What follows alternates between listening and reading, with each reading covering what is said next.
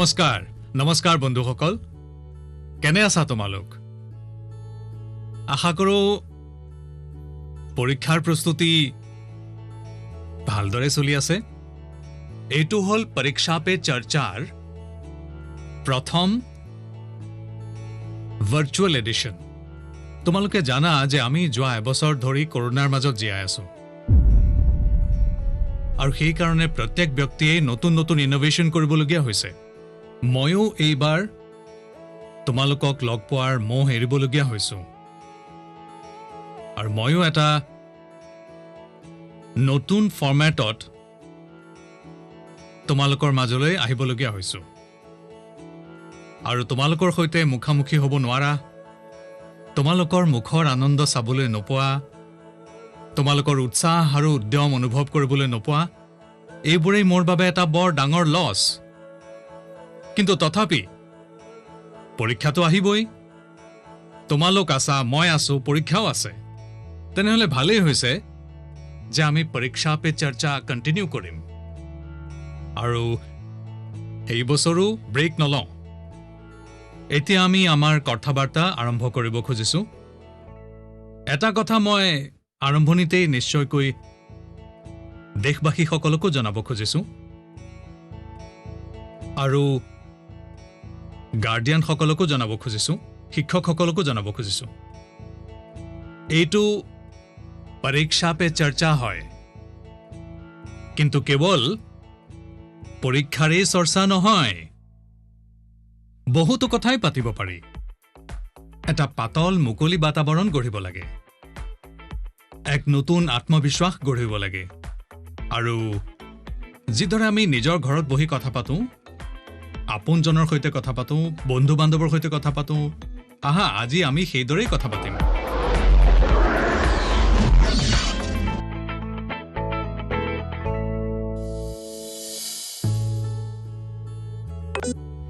নমস্কাৰ মাননীয় পিএম নমস্কাৰ নমস্কাৰ মোৰ নাম হৈছে এম পল্লৱী মই নৱম শ্ৰেণীত পঢ়ি আছো ছাৰ মোৰ প্ৰায় এনেকুৱা অনুভৱ হৈ থাকে যে গোটেই বছৰটো পঢ়া শুনা ভালেই হৈ থাকে কিন্তু যেতিয়াই পৰীক্ষা ওচৰ চাপেহি বৰ চিন্তাজনক পৰিস্থিতি হৈ যায় অনুগ্ৰহ কৰি ইয়াৰ বাবে কিবা এটা উপায় দিয়ক ছাৰ বহুত বহুত ধন্যবাদ ছাৰ ধন্যবাদ পল্লৱী মোক এওঁলোকে কৈছে যে এনে ধৰণৰ আৰু এটা প্ৰশ্ন আছে সাদৰ অভিনন্দন আদৰণীয় প্ৰধানমন্ত্ৰী মহোদয় মোৰ নাম অৰ্পণ পাণ্ডে মই গ্লোবেল ইণ্ডিয়ান ইণ্টাৰনেশ্যনেল স্কুল কুৱালালামপুৰৰ মালয়েছিয়াৰ দ্বাদশ শ্ৰেণীৰ ছাত্ৰ মই মোৰ অনাগত ভৱিষ্যতৰ সফলতাৰ হেতু আপোনাৰ পৰা এটা প্ৰশ্নৰ উত্তৰ আশা কৰিছোঁ আৰু আশা কৰিছোঁ যে আপুনি ইয়াৰ বাবে পথ প্ৰদৰ্শন কৰে যেন মোৰ প্ৰশ্নটো হৈছে পৰীক্ষাৰ প্ৰস্তুতিৰ সময়ছোৱাত আমাৰ মনলৈ অহা ভয়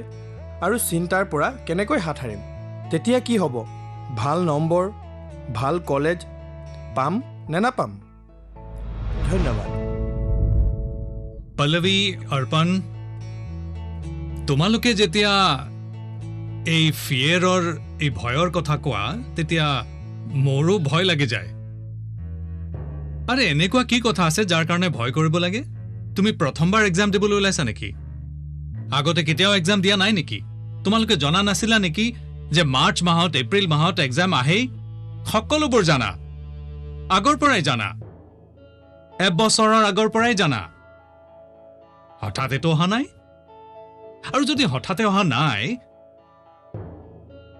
তেন্তে কোনো চৰক ভাগি পৰাও নাই ইয়াৰ অৰ্থ হ'ল এয়ে যে তোমাৰ ভয় এক্সামৰ কাৰণে নহয় তোমাৰ ভয় আন কিবা কাৰণে আৰু সেইটো কি তোমাৰ চাৰিওফালে এটা পৰিৱেশ কৰি দিয়া হৈছে যে এই পৰীক্ষাটোৱেই হ'ল সকলো এইটোৱেই হ'ল জীৱন আৰু ইয়াৰ বাবে গোটেই সামাজিক বাতাবৰণে কেতিয়াবা স্কুলৰ বাতাবৰণেও কেতিয়াবা মাক দেউতাকেও কেতিয়াবা নিজৰ আত্মীয়সকলেও এনে এটা পৰিৱেশ গঢ়ি তোলে এনেধৰণে আলোচনা কৰে যেন কিবা এটা বৰ ডাঙৰ ঘটনা ঘটিব তোমাৰ লগত বৰ ডাঙৰ সংকটৰ মাজেদি পাৰ হ'ব লাগিব মই সেই সকলোকে ক'ব খুজিছো বিশেষকৈ মই মাক দেউতাকসকলক ক'ব খুজিছো আপোনালোকে এইবোৰ কি কৰি পেলাইছে মই ভাবোঁ যে এইটো হ'ল আটাইতকৈ ডাঙৰ ভুল। আমি প্ৰয়োজনতকৈ বেছি অভাৰ কনচিয়াছ হৈ যাওঁ। আমি অলপ বেছিকৈ ভাবিবলৈ লওঁ। আৰু সেইকাৰণে মই কওঁ যে জীৱনত এইটো অন্তিম গন্তব্য নহয়। এই জীৱনটো বৰ দীঘল। বহুতো পৰ্যায় আছে জীৱনত। এইটো এটা সৰু পৰ্যায়। আমি হেঁচা দিয়া উচিত নহয়। শিক্ষকেই হওক, ষ্টুডেণ্ট হওক, পৰিয়ালৰ লোক হওক, বন্ধু বান্ধৱ হওক, যদি বাহিৰৰ হেঁচা কম হৈ যায়, শেষ হৈ যায়, তেতিয়া পৰীক্ষাৰ হেঁচা কেতিয়াও অনুভৱ নহ'ব। কনফিডেন্স বাঢ়িব, চাব। প্ৰেছাৰ ৰিলিজ হৈ যাব, ডিক্ৰিজ হৈ যাব। আৰু ল'ৰা ছোৱালীয়ে ঘৰত সহজে কোনো উত্তেজনা নোহোৱাকৈ থাকিব লাগে। সৰু সুৰা হাঁহি ধেমালিৰ যিবোৰ কথা সদায় পাতি থাকিব লাগে। চোৱা বন্ধুসকল, আগতে কি হৈছিল? আগতে মাক দেউতাক ল'ৰা ছোৱালীৰ লগত বেছি ইনভলভ হৈ আছিল আৰু সহজ হৈও আছিল আৰু বহুতো বিষয়ত ইনভলভ হৈ আছিল। আজি যিয়েই ইনভলভ হৈ থাকে তেওঁ বেছিকৈ কেৰিয়াৰ, এক্সাম, পঢ়া শুনা, কিতাপ, চিলেবাছ। মই এইটো কেৱল ইনভলভমেণ্ট বুলি নাভাবোঁ। আৰু ইয়াৰ দ্বাৰা নিজৰ ল'ৰা ছোৱালীৰ আচল সামৰ্থ্য বুজি পোৱা নাযায়। যদি মাক দেউতাক বেছি ইনভলভ হয় তেন্তে ল'ৰা ছোৱালীৰ ৰুচি, প্ৰকৃতি, প্ৰবৃত্তি এই সকলোবোৰ ভালদৰে বুজি পায় আৰু যিবোৰ ত্ৰুটি বিচ্যুতি আছে সেইবোৰ বুজি লৈ সেইবোৰ শুধৰাবলৈ চেষ্টা কৰে। আৰু তাৰ ফলত ল'ৰাটিৰ কনফিডেন্স লেভেল বাঢ়ে। তেওঁৰ ষ্ট্ৰেংথ মাক দেউতাকে জানে, তেওঁৰ উইকনেছেছ মাক দেউতাকে জানে। আৰু সেইকাৰণে মাক দেউতাকে ভাবে যে এই সময়ত উইকনেছবোৰ একাষৰীয়াকৈ ৰাখি ষ্ট্ৰেংথক যিমান জোৰ দিব পাৰা দিয়া। কিন্তু আজিকালি কিছুমান মাক দেউতাক ইমান ব্যস্ত যে তেওঁলোকে ল'ৰা ছোৱালীৰ লগত সঁচা অৰ্থত ইনভলভ হ'বলৈ সময়েই নাপায়। ইয়াৰ পৰিণাম কি হয়? আজি ল'ৰা ছোৱালীৰ সামৰ্থ্য কি জানিবলৈ মাক দেউতাকে এক্সামৰ ৰিজাল্টৰ শ্বীট চাবলগীয়া হয়। আৰু সেইকাৰণে ল'ৰা ছোৱালীৰ মূল্যায়নো তেওঁলোকৰ ৰিজাল্টতে সীমাবদ্ধ হৈ ৰৈছে। মাৰ্কছৰ বাহিৰেও ল'ৰা ছোৱালীৰ ভিতৰত এনে কিছুমান গুণ থাকে যিবোৰ মাক দেউতাকে ধৰিবই নোৱাৰে। বন্ধুসকল, আমাৰ ইয়াত পৰীক্ষাৰ কাৰণে এটা শব্দ আছে, কষটি। মানে নিজকে ঘঁহিব লাগে। এইটো নহয় যে এক্সাম শেষ সুযোগ, বৰং এক্সাম হ'ল এক প্ৰকাৰে এটা দীঘল জীৱন জীৱৰ কাৰণে নিজকে ঘঁহি পিহি লোৱাৰ উত্তম সুযোগ, এটা অপৰচুনিটি। সমস্যা তেতিয়া আহি পৰে যেতিয়া আমি এক্সামকেই জীৱনৰ সপোনবোৰৰ অন্ত বুলি ধৰি লওঁ। জীৱন মৰণৰ প্ৰশ্ন কৰি পেলোৱা হয়। আচলতে এক্সাম হ'ল জীৱনটোক গঢ় দিয়াৰ এটা সুযোগ, এটা অপৰচুনিটি, এটা বাট। ইয়াক তেনে ৰূপতে লোৱা উচিত। আচলতে আমি নিজকে কষটিশীলত ঘঁহিবৰ কাৰণে সুযোগ বিচাৰিয়ে থাকিব লাগে, যাতে আমি আৰু ভাল কৰিব পাৰোঁ। আমি পলায়ন কৰিব নালাগে। আহক বন্ধুসকল, আৰু এটা প্ৰশ্নলৈ আগবাঢ়ো। মাননীয় প্ৰধানমন্ত্ৰী মহোদয়, নমস্কাৰ। নমস্কাৰ। মোৰ নাম পুণ্যশূন্য। মই একাদশ শ্ৰেণীৰ ছাত্ৰী। মোৰ বিদ্যালয়খনৰ নাম বিবেকানন্দ কেন্দ্ৰ বিদ্যালয় নিৰ্জুলি, জিলা পাপুমপাৰে, ষ্টেট অৰুণাচল প্ৰদেশ। মাননীয় প্ৰধানমন্ত্ৰী মহোদয়, কিছুমান বিষয় আৰু অধ্যায় আছে যিবোৰ মোৰ বাবে সহজ নহয় আৰু সদায় ইয়াৰ পৰা হাত সাৰিব বিচাৰোঁ। মই লাগিলে যিমানেই চেষ্টা নকৰোঁ কিয় মই সেইখিনি বুজি নাপাওঁ। হয়তো মই বিষয়কেইটা ভয় কৰোঁ কাৰণেই মোৰ এনেকুৱা হয়। ছাৰ, এই পৰিস্থিতিৰ পৰা কেনেকৈ হাত সৰা যাব? ধন্যবাদ ছাৰ। বাৰু অন্ধ্ৰৰ পৰা মালয়েছিয়া, মালয়েছিয়াৰ পৰা এতিয়া অৰুণাচল পালোহি, আৰু মই শুনিছোঁ যে এই প্ৰকাৰৰে আৰু এটা প্ৰশ্নও আছে। মাননীয় প্ৰধানমন্ত্ৰী ডাঙৰীয়া নমস্কাৰ, মোৰ নাম বিনীতা গাৰ্গ আৰু মই SRDAV পাব্লিক স্কুলত 25 বছৰৰ পৰা কাম কৰি আছোঁ। মোৰ প্ৰশ্নটো হৈছে, কিছুমান বিষয় এনে আছে যাৰ বাবে বহুতো ষ্টুডেণ্টে ভয়ৰ সন্মুখীন হ'বলগীয়া হয়, সেইকাৰণে সিহঁত ইয়াৰ পৰা দূৰত থাকে। ইয়াৰ বিষয়ে ইতিহাস বা গণিতৰ দৰে বিষয়ৰ শিক্ষকে বেছি ভালকৈ বুজি পাব পাৰিব। এগৰাকী শিক্ষিকা হিচাপে এই পৰিস্থিতিক অলপ উন্নত কৰিবৰ বাবে আমি কি কৰিব পাৰোঁ? এইটো অলপ বেলেগ প্ৰকাৰৰ বিষয় সন্মুখলৈ আহিছে।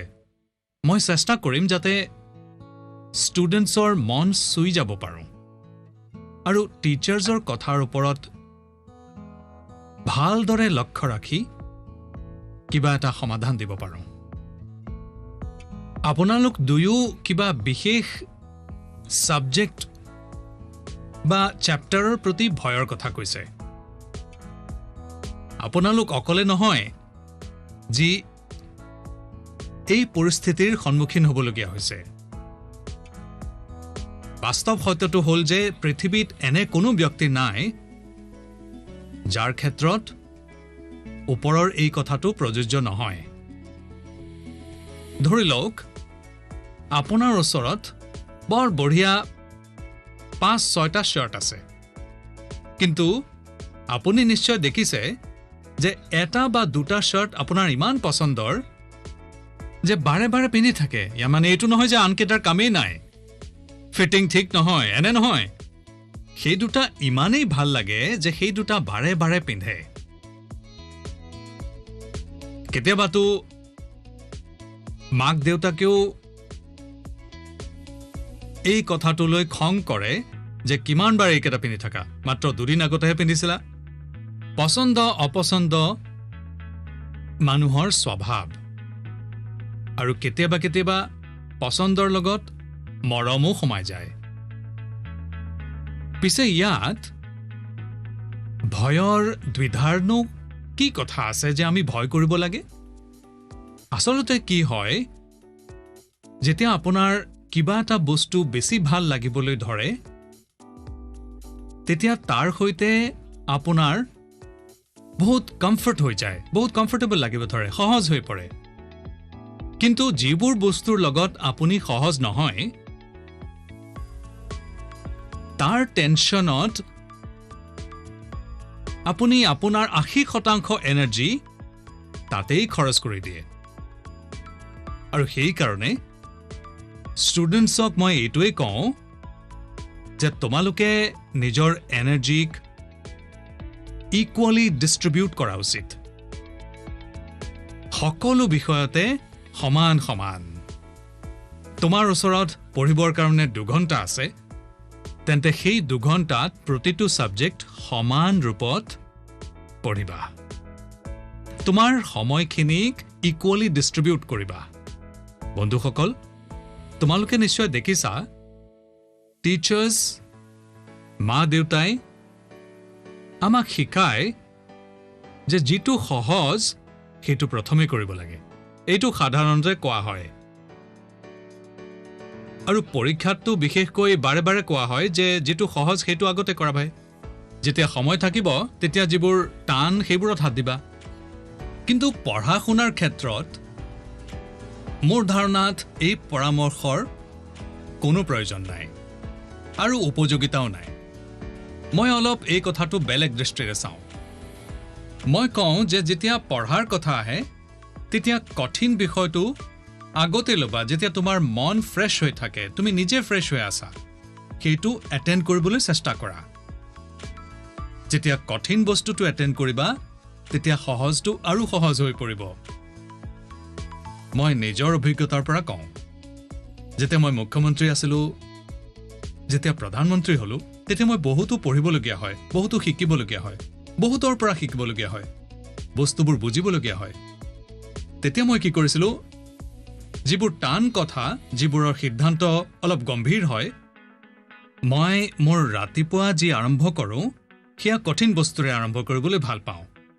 কঠিনতকৈ কঠিন বস্তু মোৰ বিষয়াসকলে মোৰ সন্মুখলৈ লৈ আহে তেওঁলোকে জানে যে তেতিয়া মোৰ এটা বেলেগ ধৰণৰ মুড থাকে মই বস্তুবোৰ অতি বেগেৰে বুজি লওঁ সিদ্ধান্ত লোৱাৰ দিশে আগবাঢ়োঁ মই নিজৰ এটা নিয়ম তৈয়াৰ কৰিছোঁ চেষ্টা কৰিছোঁ আৰু যিবোৰ সৰল বস্তু আছে সেইবোৰ দিনটোৰ ভাগৰৰ পিছত ৰাতি যেতিয়া বেছি হৈ যায় তেতিয়া ঠিক আছে মই এতিয়া বেছি মগজ খুটুৱাব নালাগে সেইটো ভুল হোৱাৰ কাৰণ নহয় সেই বস্তুবোৰ তেতিয়া মই শেষ ৰাতিলৈকে টানি নিওঁ কিন্তু পুৱা যেতিয়া উঠোঁ তেতিয়া আকৌ কঠিনেৰে আৰম্ভ কৰিবলৈ ওলাই যাওঁ বন্ধুসকল আৰু এটা কথা আমি নিজৰ পৰা শিকা উচিত চোৱাচোন যিসকল লোক জীৱনত খুব সফল হৈছে তেওঁলোক সকলো বিষয়তে পাৰদৰ্শী নহয় কিন্তু কোনো এটা বিষয়ত কোনো এটা সাবজেক্টত তেওঁলোকৰ দখল বহুত বেছি হয়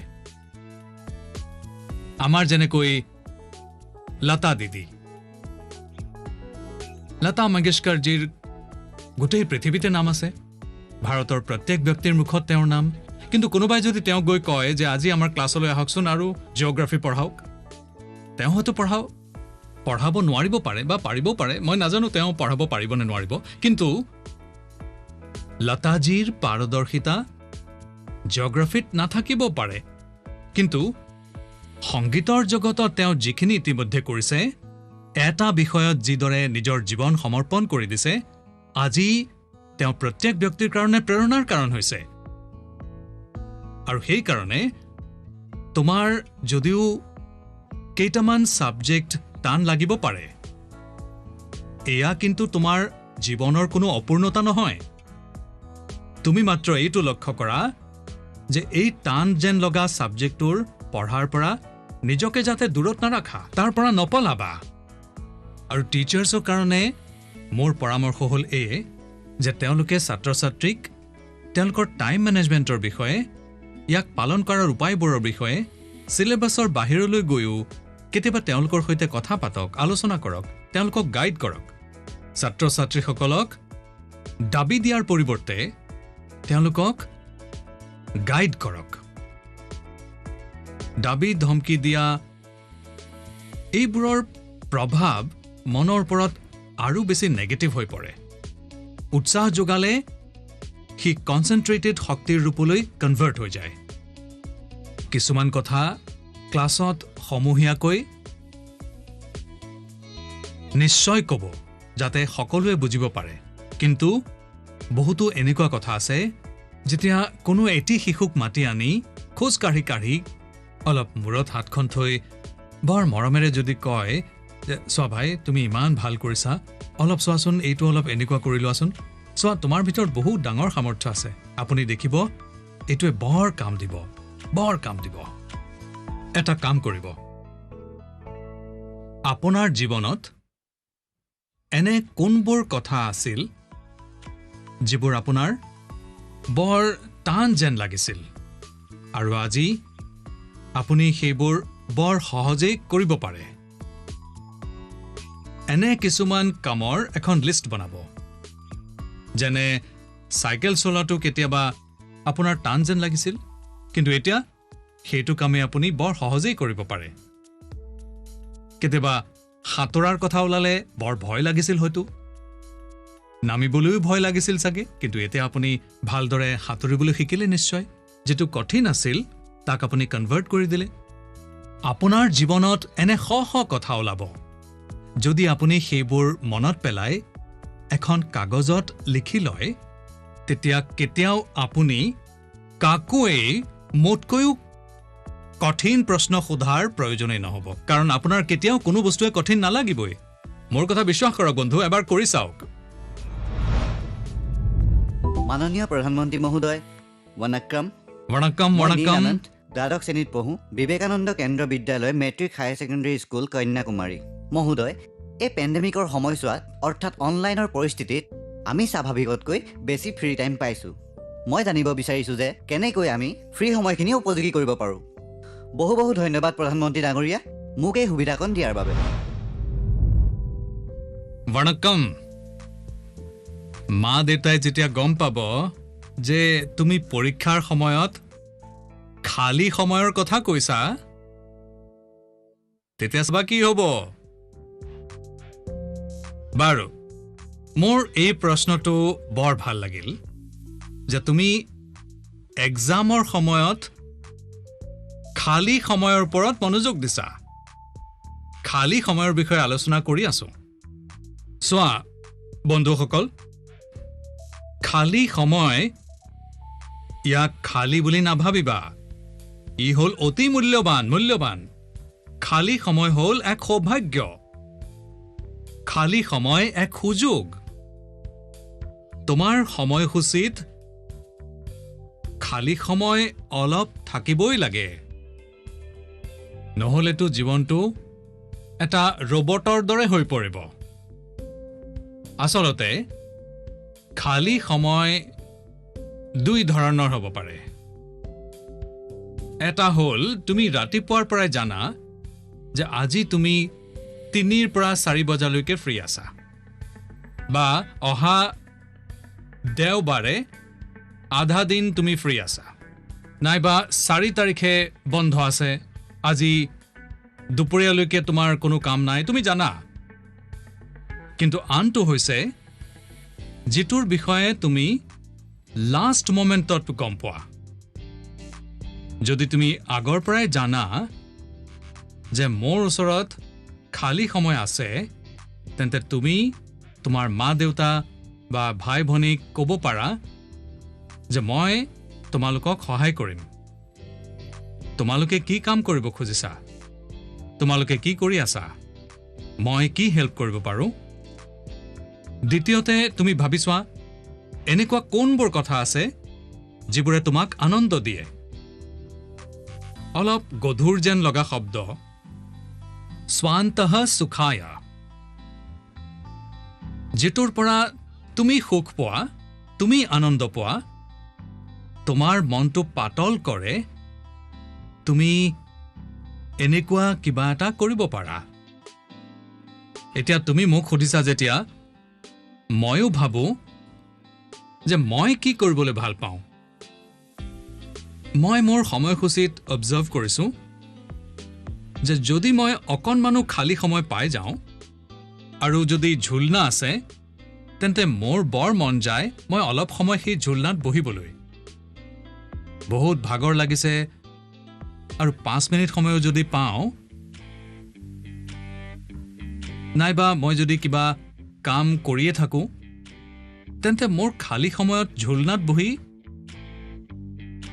নাজানো কি কাৰণ আছে মোৰ মনটো প্ৰফুল্লিত হৈ উঠে যেতিয়া তুমি খালী সময় আৰ্ণ কৰা তেতিয়া তুমি খালী সময়ৰ আটাইতকৈ অধিক মূল্য বুজি পোৱা সেইকাৰণে তোমাৰ জীৱন এনেকুৱা হ'ব লাগে যে যেতিয়া তুমি খালী সময় আৰ্ণ কৰা তেতিয়া তুমি অসীম আনন্দ লাভ কৰা ইয়াত এইটোও লক্ষ্য কৰিব লাগিব যে খালী সময়ত কোনবোৰ বস্তু এৰাই চলিব লাগিব নহ'লে সেইবোৰে গোটেই সময়খিনি খাই পেলাব গমেই নাপাবা আৰু অৱশেষত ৰিফ্ৰেছ ৰিলেক্স হোৱাৰ সলনি তোমাৰ আমনিহে লাগিব ভাগৰ অনুভৱ কৰিবা এফালৰ পৰা মই ভাবো যে খালী সময়ত আমি আমাৰ কিউৰিয়চিটি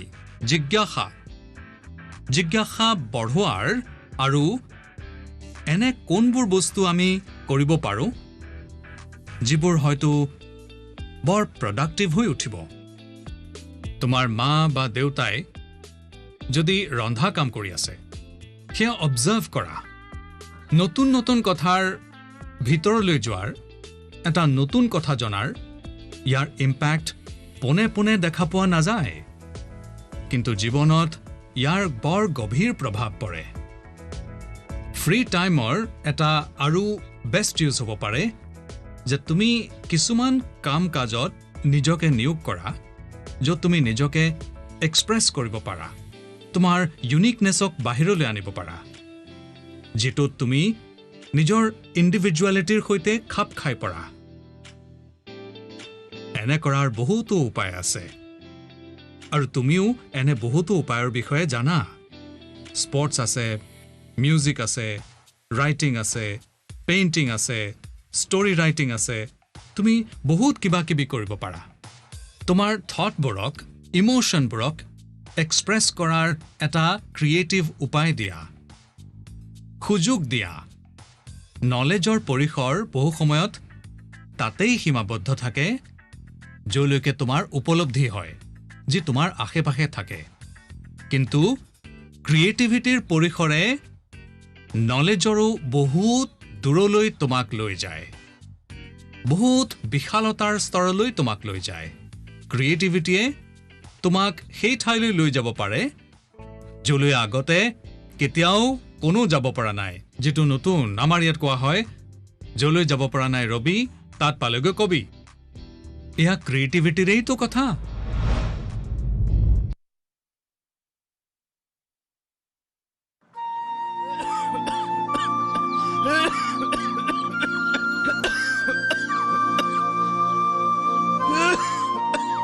হেৰি আদা আৰু জালুক দি লাল চাহ একাপ আনিছো। ৰবা, তোমাক কিমান বাৰ কৈছো মোৰ ওচৰলৈ নাহিবা। চাহকাপ তাতে থোৱা আৰু যোৱা। আপোনাৰ সেইবোৰ কৰোণা চৰোণা হোৱা নাই নহয়? তুমি ক'লে নহ'ব নহয়। দেশত কি হৈ আছে শুনা নাই?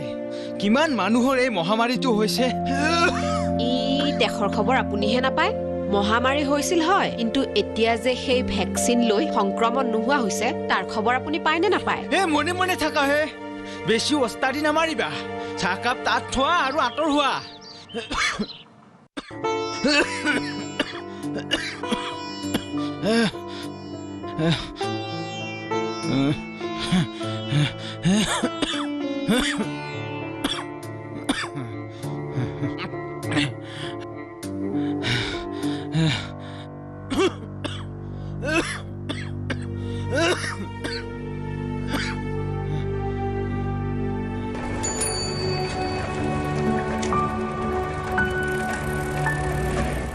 নবৌ,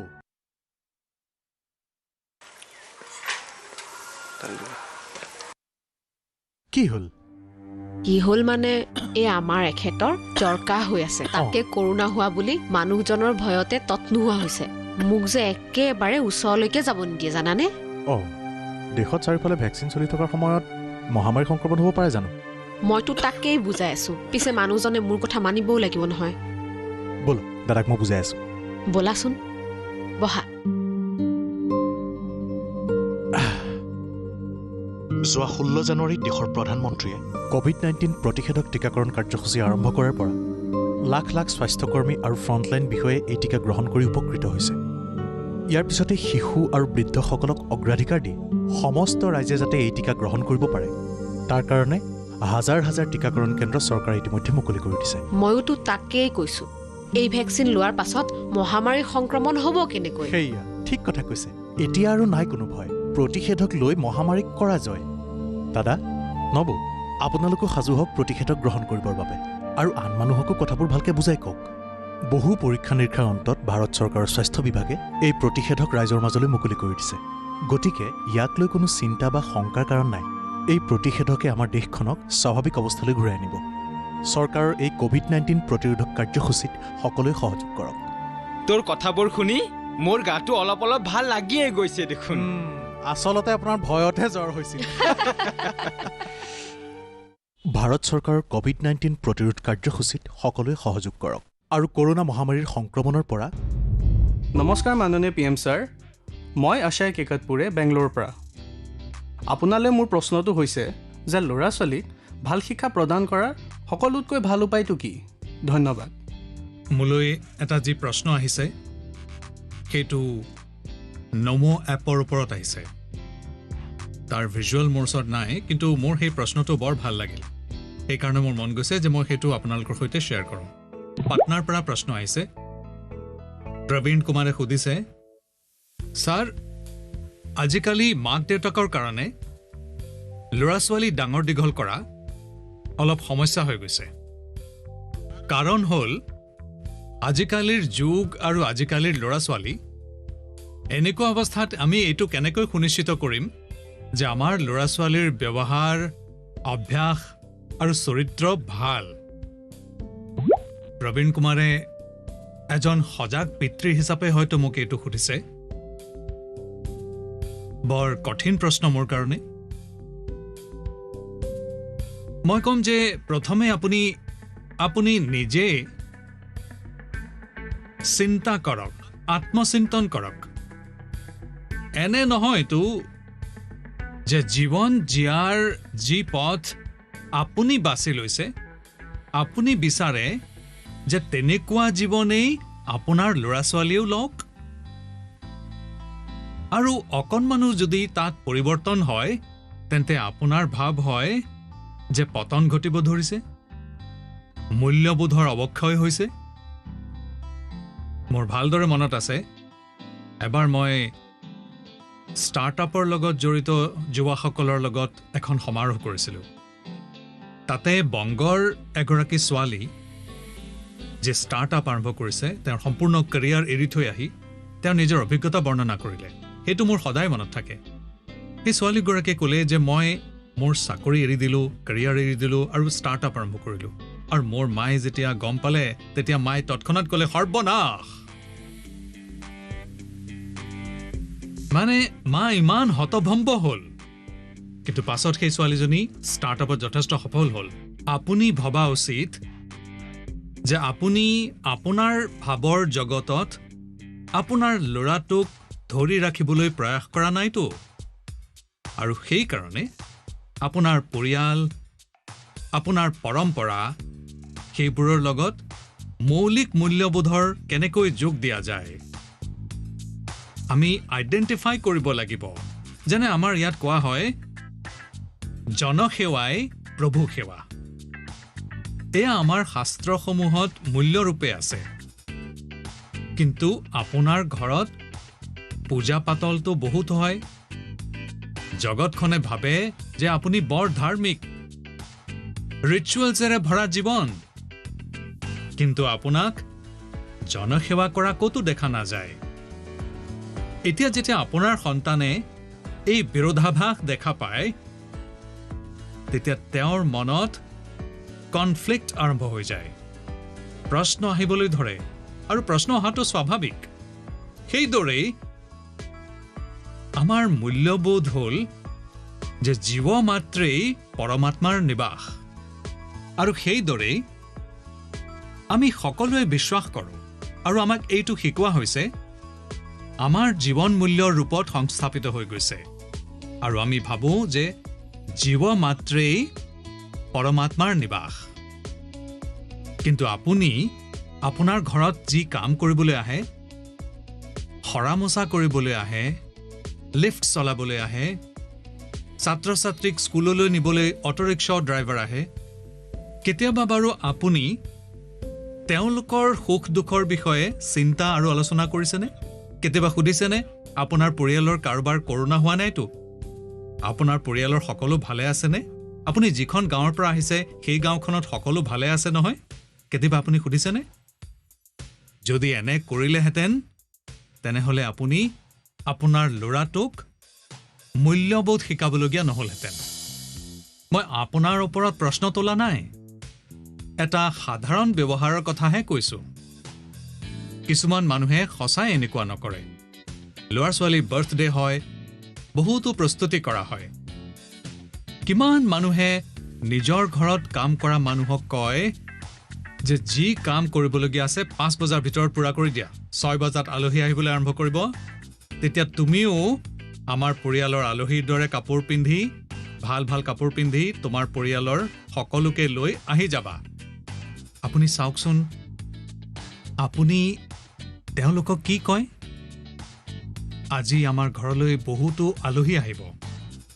দেৰিলৈকে থাকিব লাগিব আপুনি এনেকৈ কোৱাৰ সলনি কি কয় চোৱা কাইলৈ বহুত আলহী আহিব বহুত কাম আছে তুমি ঘৰত কৈ আহিবা দেৰিকৈ আহিম দেৰি হ'ব অৰ্থাৎ আপোনাৰ সন্তানে এইবোৰ দেখি আছে যে ইমান ডাঙৰ উৎসৱ হৈছে ঘৰত কিন্তু এই মোৰ কাৰণে দিনে ৰাতিয়ে ইমানকৈ খাটি থকা মানুহজনে ইয়াত ভাগ লোৱা নাই আৰু তেতিয়াই সেই সন্তানটিৰ মনত সংঘাত আৰম্ভ হৈ যায় মই আপোনাক আৰু এটা উদাহৰণ দিওঁ আমি কওঁ যে ল'ৰা ছোৱালী একে সমান এই মূল্যবোধ আমাৰ ইয়াত দেৱ ৰূপৰ যি কল্পনা কৰা হৈছে তাত স্ত্ৰী ভগৱানৰো সিমানেই মহত্ব আছে কিন্তু আমাৰ ঘৰৰ পৰিৱেশত ল'ৰা আৰু ছোৱালীৰ মাজত জানি বা নাজানি যি ট্ৰিটমেণ্ট দিয়া হৈছে তাত অসমানতা থাকে তাৰ পাছত যেতিয়া সেই ল'ৰাটো সমাজ জীৱনত সোমাই পৰে তেতিয়া তেওঁৰ ক্ষেত্ৰত নাৰীৰ সমানতাৰ বিষয়ত কিবা নহয় কিবা ত্ৰুটিৰ সম্ভাৱনা থাকিবই এইটো ঠিক যে পৰিয়ালৰ সংস্কাৰ যদি ভাল হয় তেতিয়া বেয়া গুণবোৰ শক্তিশালী হ'ব নোৱাৰে কিন্তু 19-20ৰে পাৰ্থক্য হয় ল'ৰা আৰু ছোৱালীৰ ব্যৱহাৰত কিবা নহয় কিবা ত্ৰুটি ৰৈ যায় এইকাৰণে আমি যিখন আমাৰ ভাৱ জগত তৈয়াৰ কৰিছোঁ সেইখন যেতিয়া আচৰণৰ পৰীক্ষাত উত্তীৰ্ণ হ'ব নোৱাৰে তেতিয়া শিশুৰ মনত অন্তৰ্দ্বন্দ্ব আৰম্ভ হৈ যায় সেইবাবে মূল্যবোৰ কেতিয়াও জাপি দিবলৈ চেষ্টা নকৰিব মূল্যবোৰৰ মাজেদি জীয়াই প্ৰেৰণা যোগাবলৈ চেষ্টা কৰক শেষত ল'ৰা ছোৱালীবোৰ যথেষ্ট স্মাৰ্ট যিটো আপুনি ক'ব সেইটো সিহঁতে কৰিব নে নকৰে সেইটো আপুনি ক'ব নোৱাৰে কিন্তু এই কথাটোৰ পূৰ্ণ সম্ভাৱনা থাকে যে যিটো আপুনি কৰি আছে সেইটো সিহঁতে অতি সূক্ষ্মভাৱে চাই আছে আৰু সেইটোকে কৰিবলৈ লালায়িত হৈ আছে আৰু যেতিয়া আপুনি এই মূল্যবোৰৰ সৈতে আমাৰ ইতিহাস আমাৰ পুৰাণ আমাৰ পৰম্পৰাগত সৰু সৰু কথাবোৰ সহজভাৱে যোগ দিব তেতিয়া ল'ৰা ছোৱালীয়েও প্ৰেৰণা পাব আচাৰ ব্যৱহাৰত পৰিণত কৰা সহজ হৈ পৰিব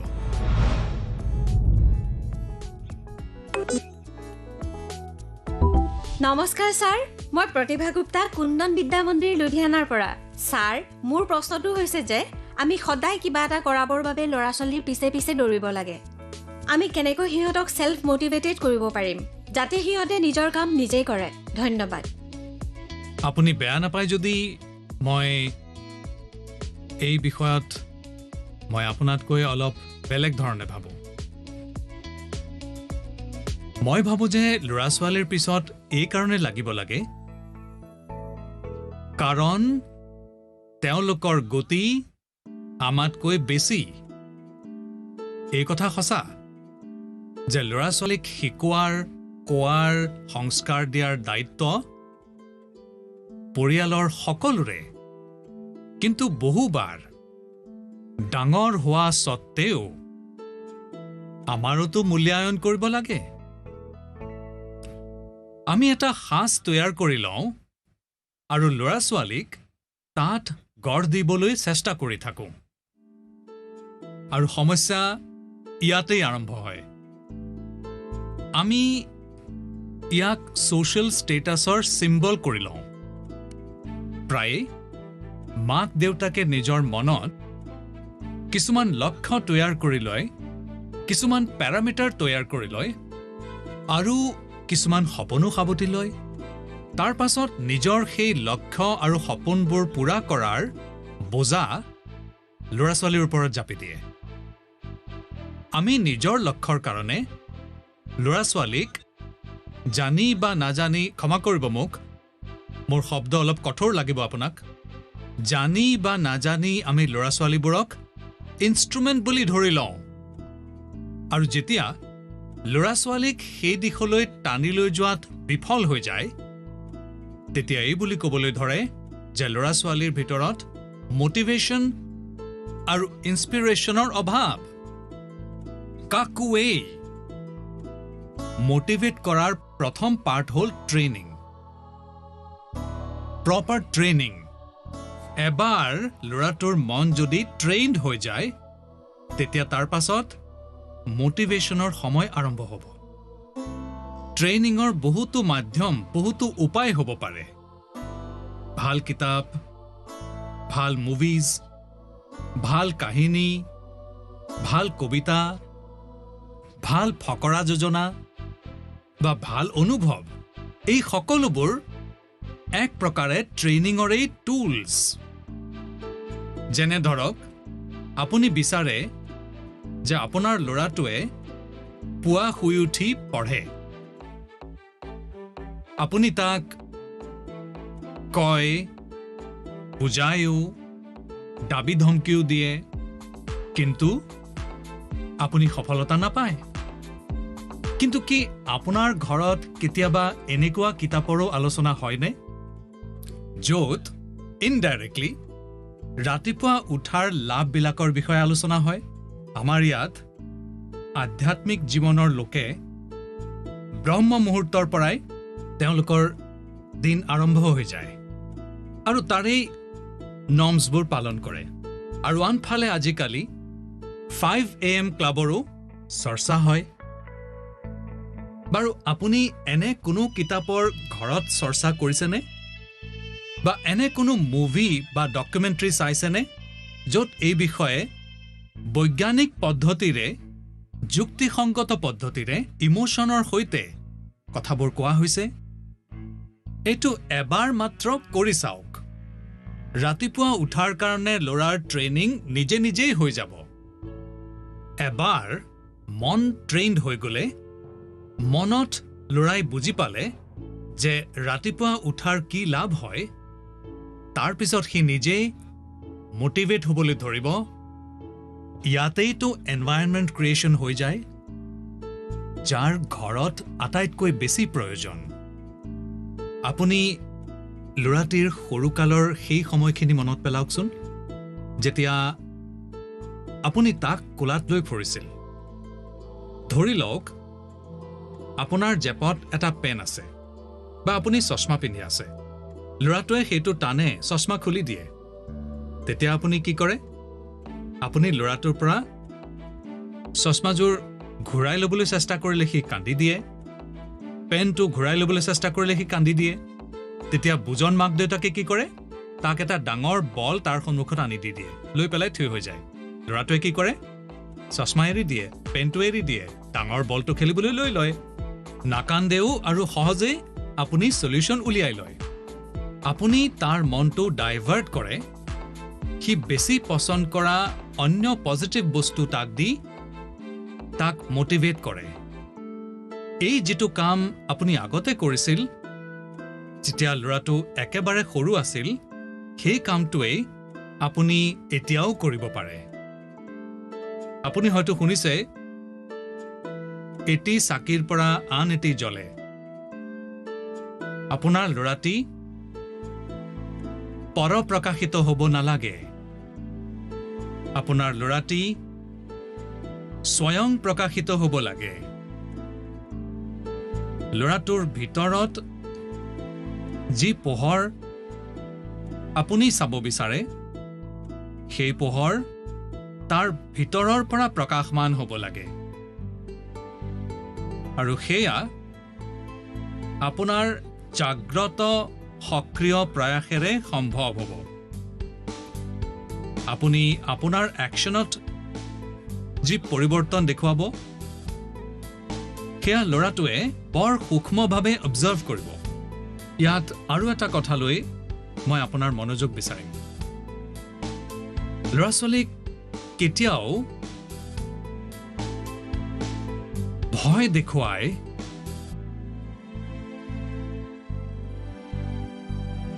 এনে হ'লে এনে হ'ব, এনেকুৱা হ'ব, তেনেকুৱা হ'ব, অনুগ্ৰহ কৰি এনেকুৱা চেষ্টা নকৰিব।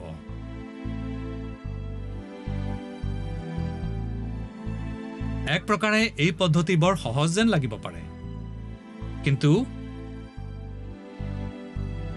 ইয়াৰ পৰা এক প্ৰকাৰ নেগেটিভ মটিভেশ্যনৰ সম্ভাৱনা বাঢ়ি যায়। যি মুহূৰ্ততে আপুনি উৎসাহ বঢ়োৱা বুলি ভাবিলে সেয়া শেষ হৈ যায়, ল'ৰাটোৰ মটিভেশ্যনো শেষ হৈ যায়। আৰু সেইকাৰণে পজিটিভ মটিভেশ্যন লগে লগে বাৰে বাৰে পজিটিভ ৰিএনফৰ্চমেণ্টৰ ওপৰত জোৰ দি থাকিব লাগে। মটিভেশ্যনৰ যি মন্ত্ৰ ল'ৰা ছোৱালীৰ কাৰণে, এক প্ৰকাৰে সি আমাৰ সকলোৰে কাৰণেও সকলো মানুহৰ কাৰণে। নমস্কাৰ প্ৰাইম মিনিষ্টাৰ ছাৰ, মোৰ নাম তনয় আৰু মই ছালমিয়া ইণ্ডিয়ান মডেল স্কুল কুৱেটৰ ছাত্ৰ। ছাৰ, মই এটা প্ৰশ্ন আপোনাক সুধিব বিচাৰিছোঁ যে আমি কেনেকৈ নিজকে সাজু কৰিম জীৱন সংগ্ৰামৰ বাবে। Thank U sir. নমো এপত মছুৰী উত্তৰাখণ্ডৰ শ্ৰীমান আশ্ৰফ খানে লিখিছে, ছাৰ, আমি এতিয়া আমাৰ ডাঙৰ কাজিনছ বা বন্ধুবোৰৰ সৈতে কথা পাতোঁ। তেওঁলোকে কয় যে তুমি এতিয়ানো স্কুলৰ জীৱন দেখিছা কিমান কণ? জীৱনৰ আচল পৰীক্ষাটো স্কুলৰ পৰা বাহিৰ ওলালেহে হ'ব। মোৰ প্ৰশ্ন এয়ে যে আজি আমি নিজকে কাইলৈৰ প্ৰত্যাহ্বানবোৰৰ কাৰণে কেনেকৈ সাজু কৰিম? তনয়, তুমিতো কুৱেটৰ পৰা মোৰ লগত কথা পাতিছা, কিন্তু তনয়, কেতিয়াবা কোনোবাই এই কথা মন কৰিছেনে যে তোমাৰ যিটো কণ্ঠ সেইটো গড গিফটেড? কেতিয়াবা তোমাৰ মা দেউতাই, তোমাৰ বন্ধুসকলে বা তোমাৰ টিচাৰ্ছে এনে কৈছেনে? তুমি বাৰু মন কৰিছানে? আজি তোমাৰ প্ৰশ্ন শুনাৰ পাছত বাৰু ৰেকৰ্ডেড হয়, কিন্তু মই ডাঠি ক'ব পাৰোঁ যে তোমাক এটা বহুত বিশিষ্ট প্ৰকাৰৰ পৰমাত্মাই দিছে। কেতিয়াবা সেইটো মন কৰিবা, এয়া তোমাৰ বহুত ডাঙৰ সম্পদ হ'বগৈ পাৰে। বাৰু মই তনয়ৰ কথালৈ আঁতৰি গুচি গ'লো, কিন্তু যি প্ৰশ্ন তুমি সুধিছা, প্ৰথম কথাটো হ'ল যে যিসকলে তোমাক এনেকৈ কয় তেওঁলোকৰ কোৱাৰ ধৰণ লাগিলে এনেকুৱাই হওক যে তেওঁলোকে তোমাক উপদেশ দিছে, কিন্তু মনৰ ভিতৰৰ সততালৈ যদি চোৱা যায় দেখিবা যে তেওঁ নিজকে হিৰো সজোৱাৰ চেষ্টাহে কৰি আছে, নাইবা তেওঁ নিজৰ অসফলতাবোৰ এই কাৰণে ডাঙৰ কৰি দেখুৱাই যাতে তেওঁ এটা এস্কেপ ৰুট বিচাৰি পায়। আৰু সেইকাৰণে তেওঁ দেখুৱায় যে তেওঁৰ সন্মুখত বহুত ডাঙৰ ডাঙৰ প্ৰত্যাহ্বান আছে। এই বিষয়ে মোৰ পোনপটীয়া মন্ত্ৰ হ'ল, এখন কাণেৰে শুনিবা আৰু আনখন কাণেৰে উলিয়াই দিবা। হয়, এই প্ৰশ্নটো বৰ স্বাভাৱিক যে দশম বা দ্বাদশ শ্ৰেণীৰ পাছত কি? এইটো প্ৰতিজন ছাত্ৰ ছাত্ৰীৰ মনলৈ আহে, আৰু মই এইটো অস্বীকাৰ কৰিব নোৱাৰো আৰু আন কোনেও অস্বীকাৰ কৰিব নোৱাৰে। বহুতৰ কাৰণে এই প্ৰশ্নটো চিন্তা আৰু নিৰাশা আনি দিয়া হ'ব পাৰে। দুৰ্ভাগ্যবশতঃ আজিৰ এই চিকমিকনি ভৰা যুগত চেলিব্ৰিটি কালচাৰৰ কাৰণে আৰু তাৰ প্ৰভাৱ পৰাৰ কাৰণে ষ্টুডেণ্ট লাইফত এনে এটা ধাৰা আহি পৰিছে যে যি টিভিত দেখা যায়, যাৰ বাতৰি কাকতত আলোচনা হয়, এনেকুৱা এজন হ'ব লাগিব, এনেকুৱা এজন হ'ব লাগিব। এইটো বেয়া কথা নহয়, কিন্তু ই জীৱনৰ সত্যবোৰৰ পৰা বহুত দূৰৈত। এই যে প্ৰচাৰ মাধ্যমবোৰৰ পৰা হাজাৰ হাজাৰ মানুহ আমাৰ সন্মুখলৈ আহে, পৃথিৱীখন ইমান সৰু নহয়। ইমান ডাঙৰ বিশ্ব ব্যৱস্থা, ইমান দীঘল মানৱ ইতিহাস, ইমান দ্ৰুতভাৱে হোৱা পৰিৱৰ্তনে বহুতো প্ৰকাৰৰ সুযোগ আমালৈ লৈ আহে। জীৱনৰ সত্যতা হ'ল এয়ে যে যিমান মানুহ আছে সিমান বিভিন্নতা আছে, যিমান মানুহ আছে সিমানেই সুযোগো আছে। আমি আমাৰ জিজ্ঞাসাৰ পৰিসৰ বহুত বহল কৰি তুলিব লাগিব, তাক বিকশিত কৰি তোলাৰ প্ৰয়োজনীয়তা আছে। আৰু সেইকাৰণে এইটো আৱশ্যক যে দশম শ্ৰেণীত, দ্বাদশ শ্ৰেণীত তুমি তোমাৰ চাৰিওফালৰ জীৱন অবজাৰ্ভ কৰিবলৈ শিকা। তোমাৰ চাৰিওফালে ইমানবোৰ প্ৰফেশ্যন আছে, নেচাৰ অফ জবছ আছে, আৰু সলনি হৈ থকা নেচাৰ অফ জবছ আছে। নিজকে ট্ৰেইন কৰা, তোমাৰ স্কিল বঢ়োৱা আৰু তাৰ সুবিধা লোৱা। কেৰিয়াৰ নিৰ্বাচন কৰোঁতে এটা কথা এইটোও হয় যে বহুতো লোকে জীৱনত ইজি ৰুট বিচাৰি ফুৰে। বহুত সোনকালে বাহ পাব লাগে, আৰ্থিক ৰূপত ডাঙৰ ষ্টেটাছ হৈ উঠিব লাগে। এই ইচ্ছা জীৱনত কেতিয়াবা কেতিয়াবা, সদায় নহয় কিন্তু কেতিয়াবা কেতিয়াবা অন্ধকাৰৰ আৰম্ভণি কৰাৰো কাৰণ হৈ পৰে। তেতিয়া এই অৱস্থা হয় য'ত সপোন থকা আৰু দেখা অলপ ভাল লাগে। সপোনত নিজকে পাহৰি থাকি ভাল লাগে। সপোন দেখাটো ভাল, কিন্তু সপোনকে সাৱটি ধৰি বহি থকা আৰু সপোনৰ কাৰণে শুই থকা এইটোতো ঠিক নহয়। সপোনৰ পৰা আগুৱাই গৈ নিজৰ সপোন সাকাৰ কৰাৰ সংকল্প এইটো বৰ গুৰুত্বপূৰ্ণ। তুমি ভাবিব লাগিব যে তোমাৰ কোনটো তেনে সপোন আছে যিটোক তুমি জীৱনৰ সংকল্প কৰি ল'ব খোজা। যেতিয়াই তুমি এই সংকল্প লৈ ল'বা, তুমি সন্মুখৰ পথ সিমানেই পৰিষ্কাৰ দেখা পাবা।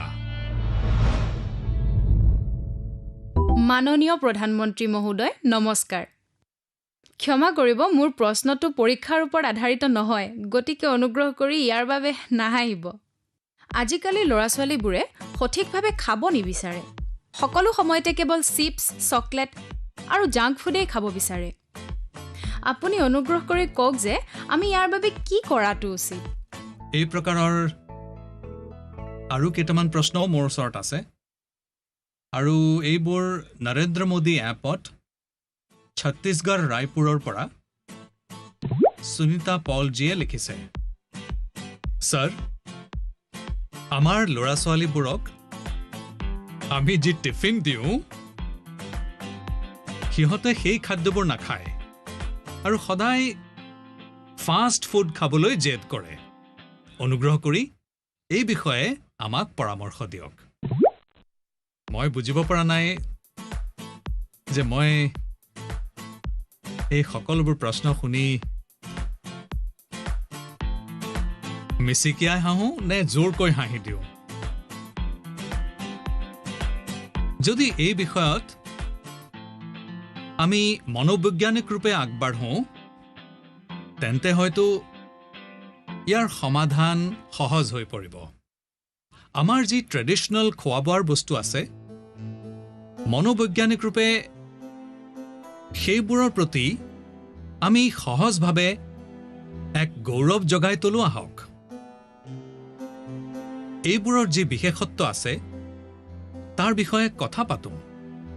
আহাৰ ৰন্ধাৰ আমাৰ যি প্ৰক্ৰিয়া আছে, পাকঘৰৰ যিবোৰ এক্টিভিটিজ আছে, সেইবোৰ ঘৰৰ বাকী সদস্যসকলে জনা উচিত যে কিমান কষ্ট কৰাৰ পিছত আহাৰ তৈয়াৰ হয়।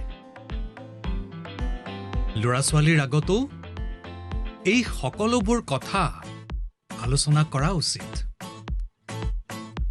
কেনেকৈ আহাৰ ৰন্ধা হয়, কিমান সময় লাগে, কিমান ইনগ্ৰিডিয়েণ্টছ থাকে, তেওঁলোকে উপলব্ধি কৰিব যে কিমান যত্নেৰে এই কামবোৰ কৰিব লাগে, আৰু তেতিয়াহে গৈ মোৰ থালি পূৰ হয়। দ্বিতীয়তে, আজিৰ যুগত খোৱা বোৱাৰ বহুতো ৱেবছাইট আছে। হেল্ডি ফুডৰো কোনো অভাৱ নাই। বাৰু আমি এওঁলোকৰ পৰাও তথ্য গোটাই লৈ এনেকুৱা বস্তুবোৰ লৈ কিবা এটা গেম ডেভেলপ কৰিব পাৰোঁ নেকি, যি আমি সপ্তাহত এবাৰ খেলিব পাৰোঁ? যেনে গাজৰ কেৰট তাৰ ইম্পৰ্টেঞ্চৰ ওপৰত আমি কওঁ তাৰ কি উপকাৰিতা আছে কি লাভ আছে কি নিউট্ৰিয়েন্টছ থাকে এনে কৰি চাওকচোন দ্বিতীয়তে আমাৰ সকলোৰে ঘৰৰ যি ফেমিলি ডক্টৰ আছে সেই ডাক্তৰ এক প্ৰকাৰৰ বন্ধুৱেই যেতিয়াই তেওঁ ঘৰলৈ আহে তেতিয়া তেওঁৰ কথা সম্পূৰ্ণ পৰিয়ালে শুনে যে এই প্ৰকাৰে খোৱাৰ কি মহত্ব আছে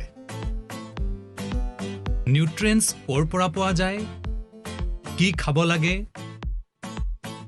তেওঁ ক'ব পাৰে যে আপোনাৰ ঘৰত কি প্ৰব্লেম হেৰিডিটৰী হয় আৰু সেইবোৰৰ পৰা বাচি থাকিবৰ কাৰণে কি খাব লাগে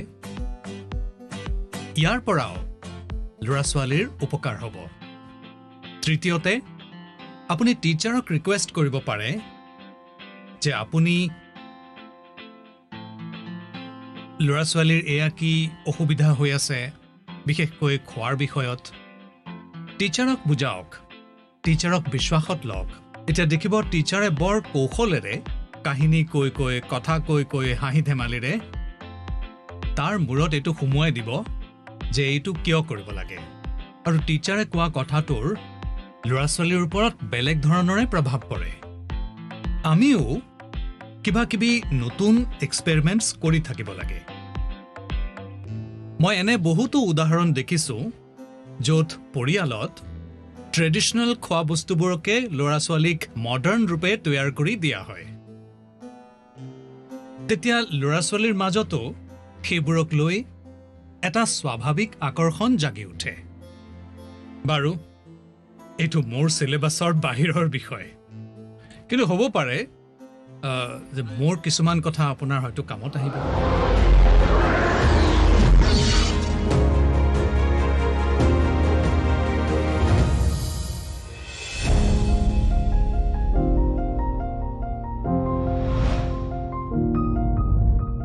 দিব্যাংকা নমস্কাৰ দিব্যাংকা কি পঢ়া তুমি হয় ছাৰ মই কমাৰ্চৰ ছাত্ৰী আৰু পুষ্কৰতেই থাকা নেকি হয় ছাৰ তেনে পুষ্কৰৰ কিবা পবিত্ৰ বস্তুৰ বৰ্ণনা মোক দিবানে মই শুনিবৰ কাৰণে ক'বানে কিবা পুষ্কৰত একমাত্ৰ ব্ৰহ্মা মন্দিৰ আছে আৰু পুষ্কৰ ৰাজ হৈছে 68খন তীৰ্থস্থানৰ গুৰু আচ্ছা ব্ৰহ্মাৰনো কি ৰোল আছে হয় তেওঁই পৃথিৱীখনৰ সৃষ্টি কৰিছিল আচ্ছা আচ্ছা কোৱাচোন দিব্যাংকা কি প্ৰশ্ন আছিল তোমাৰ মনত ছাৰ মোৰ এনে কেইজনমান বন্ধু আছে যাৰ মেমৰি একেবাৰে এভাৰেজ তেওঁলোকে যিকোনো বিষয় এটা যিমান পঢ়িলেও পৰীক্ষাত সেয়া মনত ৰাখিব নোৱাৰে ছাৰ তেওঁলোকে এনে কি কৰা উচিত যাৰ দ্বাৰা সেই বিষয়বোৰ মনত থাকি যায় আচ্ছা তেন্তে তোমাক মেমৰিৰ বনৌষধি লাগে হয় ছাৰ চোৱা দিব্যাংকা তুমি সকলোতকৈ আগতে নিজৰ ডিকশ্যনেৰীৰ পৰা এই শব্দটো ডিলিট কৰি দিয়া তুমি নাভাবিবাই যে তোমাৰ ওচৰত মনত ৰখাৰ শক্তি নাই যদি তুমি নিজৰ লগত জড়িত কিছুমান ঘটনালৈ চোৱা তেন্তে তুমি বুজি পাবা যে বাস্তৱতে তোমাৰ বহুতো কথা মনত থাকে যেনে তোমাৰ মাদাৰ টাং যে মাদাৰ টাং তুমি কেতিয়াবা কাৰোবাক বহুত গ্ৰামাৰৰ সৈতে পঢ়াইছিলা বুজাইছিলা নহয় ছাৰ তোমাৰ মনত ৰৈ গ'ল বাৰু স্কুলত তুমি শিকা বা কিতাপত ক'ৰবাত নহয় এই সকলো শুনি পেলাই শিকিলা তেন্তে এইবিলাকেই হ'ল বস্তু অলপ ভাবাচোন যে তোমাৰ যি পচন্দ বাৰু এই বস্তুবোৰ মনত ৰাখিবলৈ তুমি কেতিয়াবা চেষ্টা কৰিছিলানে নাই কৰা ছাৰ যিবিলাকৰ লগত তুমি এক হৈ গৈছা মগন হৈ গৈছা সেইবোৰ কথা যিবোৰ তোমাৰ অংশ হৈ গৈছে তোমাৰ চিন্তা প্ৰবাহৰ অংশ হৈ পৰিছে সেইবোৰ তুমি কেতিয়াও নাপাহৰা অন্য শব্দত ক'বলৈ গ'লে এয়া মেমৰাইজ নহয় একচুৱেলি এয়া ইণ্টাৰনেলাইজ হয় আৰু ইণ্টাৰনেলাইজ কৰা এইটোৱেই ইয়াৰ এটা ভাল ৰাস্তা আৰু সেইকাৰণে তুমি মনত পেলোৱাৰ ওপৰত জোৰ দিয়াৰ পৰিৱৰ্তে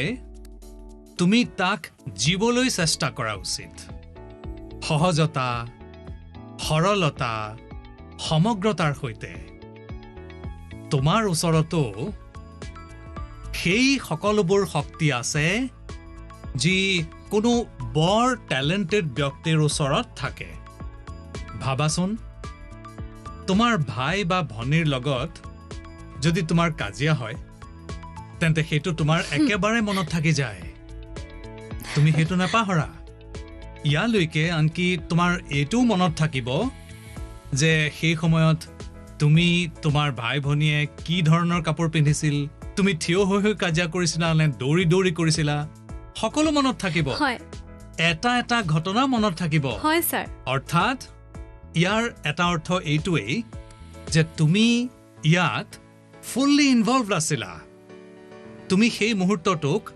সম্পূৰ্ণৰূপে জি আছিলা স্পষ্ট হয় যে কথাবোৰ মনত ৰাখিবলৈ হ'লে প্ৰপাৰলি ৰিকল কৰিবলৈ হ'লে তাৰ কাৰণে তুমি যি মুহূৰ্তটোত আছা সেই মুহূৰ্তটোতে থাকিব লাগিব আৰু তাত সম্পূৰ্ণৰূপে ইনভলভ হোৱা বৰ জৰুৰী অৰ্থাৎ আমি পঢ়া শুনা কৰিছোঁ কিতাপ হাতত আছে আৰু মনটো আছে গৈ খেলপথাৰৰ মাজত বান্ধৱীসকলৰ মাজত বন্ধুসকলৰ মাজত তেতিয়াতো কথাটো গণ্ডগোল হৈ যায় আগলৈ গৈ তোমালোকৰ মাজৰ কোনো এজন ষ্টুডেণ্টে যদি সাইকোলজি পঢ়ে তাত মেমৰি বাই এছ'চিয়েশ্যনৰ কনচেপ্ট বহলকৈ বুজোৱা হ'ব এইটো এনেকুৱাই যে স্কুলত ৰাতিপুৱা এছেম্বলিত ৰাষ্ট্ৰগীত হয় এতিয়া জন গণ মন সকলোৱে গায় কিন্তু কেতিয়াবা তুমি জন গণ মন গোৱাৰ সময়ত তুমি সেই ৰাষ্ট্ৰগীতটোৰ লগত দেশখনত ভ্ৰমণ কৰিছানে তুমি তাৰ লগত যি শব্দবোৰ আহে সেই শব্দবোৰৰ লগত নিজকে ভিজুৱেলাইজ কৰিব পাৰিছানে নাই পৰা পঞ্জাৱক গুজৰাটক মহাৰাষ্ট্ৰক বংগক মনৰ ভিতৰতে ৰাষ্ট্ৰগীত গোৱাৰ সময়ত ট্ৰেভেল কৰিছানে তোমাৰ একেবাৰতে মনত পৰিবলৈ আৰম্ভ হৈ যাব মনটোৱেই ভিজুৱেলাইজ কৰিব যেতিয়া তোমাৰ ভালদৰে মনত পৰি যাব ইয়াৰটো আৰু এটা উপকাৰিতা হ'ব তুমি এই দেশখনৰ লগতো একাকাৰ হৈ যাব ধৰিবা অৰ্থাৎ ইনভলভ ইণ্টাৰনেলাইজ এছ'চিয়েট আৰু ভিজুৱেলাইজ মেমৰিক শ্বাৰ্প কৰিবৰ কাৰণে এই ফৰ্মুলাটোলৈ তুমি আগবাঢ়ি যাব পাৰা মই তোমালোকক আৰু এটা উদাহৰণ দিওঁ তোমাৰ ওচৰত নোটবুকছ থাকে বেলেগ বেলেগ বিষয়ৰ কিতাপ থাকে তুমি যেতিয়াই ঘৰৰ পৰা ওলোৱা এইটো সিদ্ধান্ত কৰি ওলাবা যে বেগত এই নম্বৰত এই বিষয়ৰ নোটবুক আছে আৰু এই নম্বৰত এই বিষয়ৰ কিতাপ আছে 4 নম্বৰত থাকিব পাৰে 3 নম্বৰত থাকিব পাৰে আৰু তুমি যদি 3 নম্বৰত হিষ্ট্ৰী কিতাপ ৰাখিছা 5 নম্বৰত ভূগোলৰ কিতাপ ৰাখিছা যেতিয়া তুমি হিষ্ট্ৰী কিতাপ উলিয়াবলৈ যাবা তেতিয়া চকু বন্ধ কৰি 3 নম্বৰৰ পৰা কিতাপ উলিয়াবা তুমি চাবা তোমাৰ কনফিডেন্স লেভেল কিমান বাঢ়ি যাব বাৰু মোৰ ভাল লাগিল তোমাৰ লগত কথা পতাৰ সুযোগ পালো আৰু মই ৰাজস্থানৰ লোকসকলকো আৰু পুষ্কৰৰ পবিত্ৰ মাটিকো আজি ইয়াৰ পৰা নমন কৰিছো বহুত ধন্যবাদ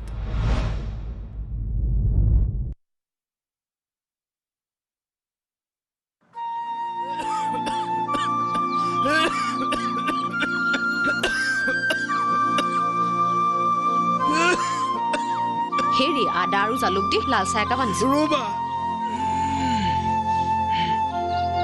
তোমাক কিমান বাৰ কৈছো মোৰ ওচৰলৈ নাহিবা চাহকাপ তাতে থোৱা আৰু যোৱা আপোনাৰ সেইবোৰ কৰোণা চৰোণা হোৱা নাই নহয় তুমি ক'লে নহ'ব নহয় দেশত কি হৈ আছে শুনা নাই কিমান মানুহৰ এই মহামাৰীটো হৈছে দেশৰ খবৰ আপুনিহে নাপায় মহামাৰী হৈছিল হয় কিন্তু এতিয়া যে সেই ভেকচিন লৈ সংক্ৰমণ নোহোৱা হৈছে তাৰ খবৰ আপুনি পায় নে নাপায় মনে মনে থাকা হে বেছি অস্তাদি নামাৰিবা চাহকাপ তাত থোৱা আৰু আঁতৰ হোৱা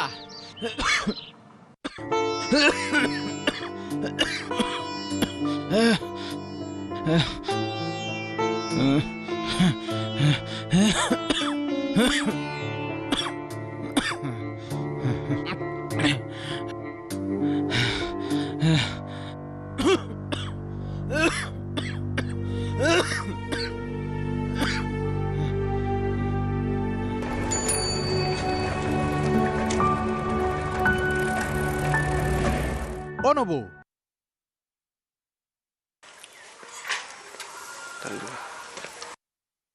কি হ'ল কি হ'ল মানে এই আমাৰ এখেতৰ জ্বৰ কাহ হৈ আছে তাকে কৰোণা হোৱা বুলি মানুহজনৰ ভয়তে তত নোহোৱা হৈছে মোক যে একেবাৰে ওচৰলৈকে যাব নিদিয়ে জানানে দেশত চাৰিওফালে ভেকচিন চলি থকাৰ সময়ত মহামাৰী সংক্ৰমণ হ'ব পাৰে জানো মইতো তাকেই বুজাই আছো পিছে মানুহজনে মোৰ কথা মানিবও লাগিব নহয় ব'ল দাদাক মই বুজাই আছো ব'লাচোন বহা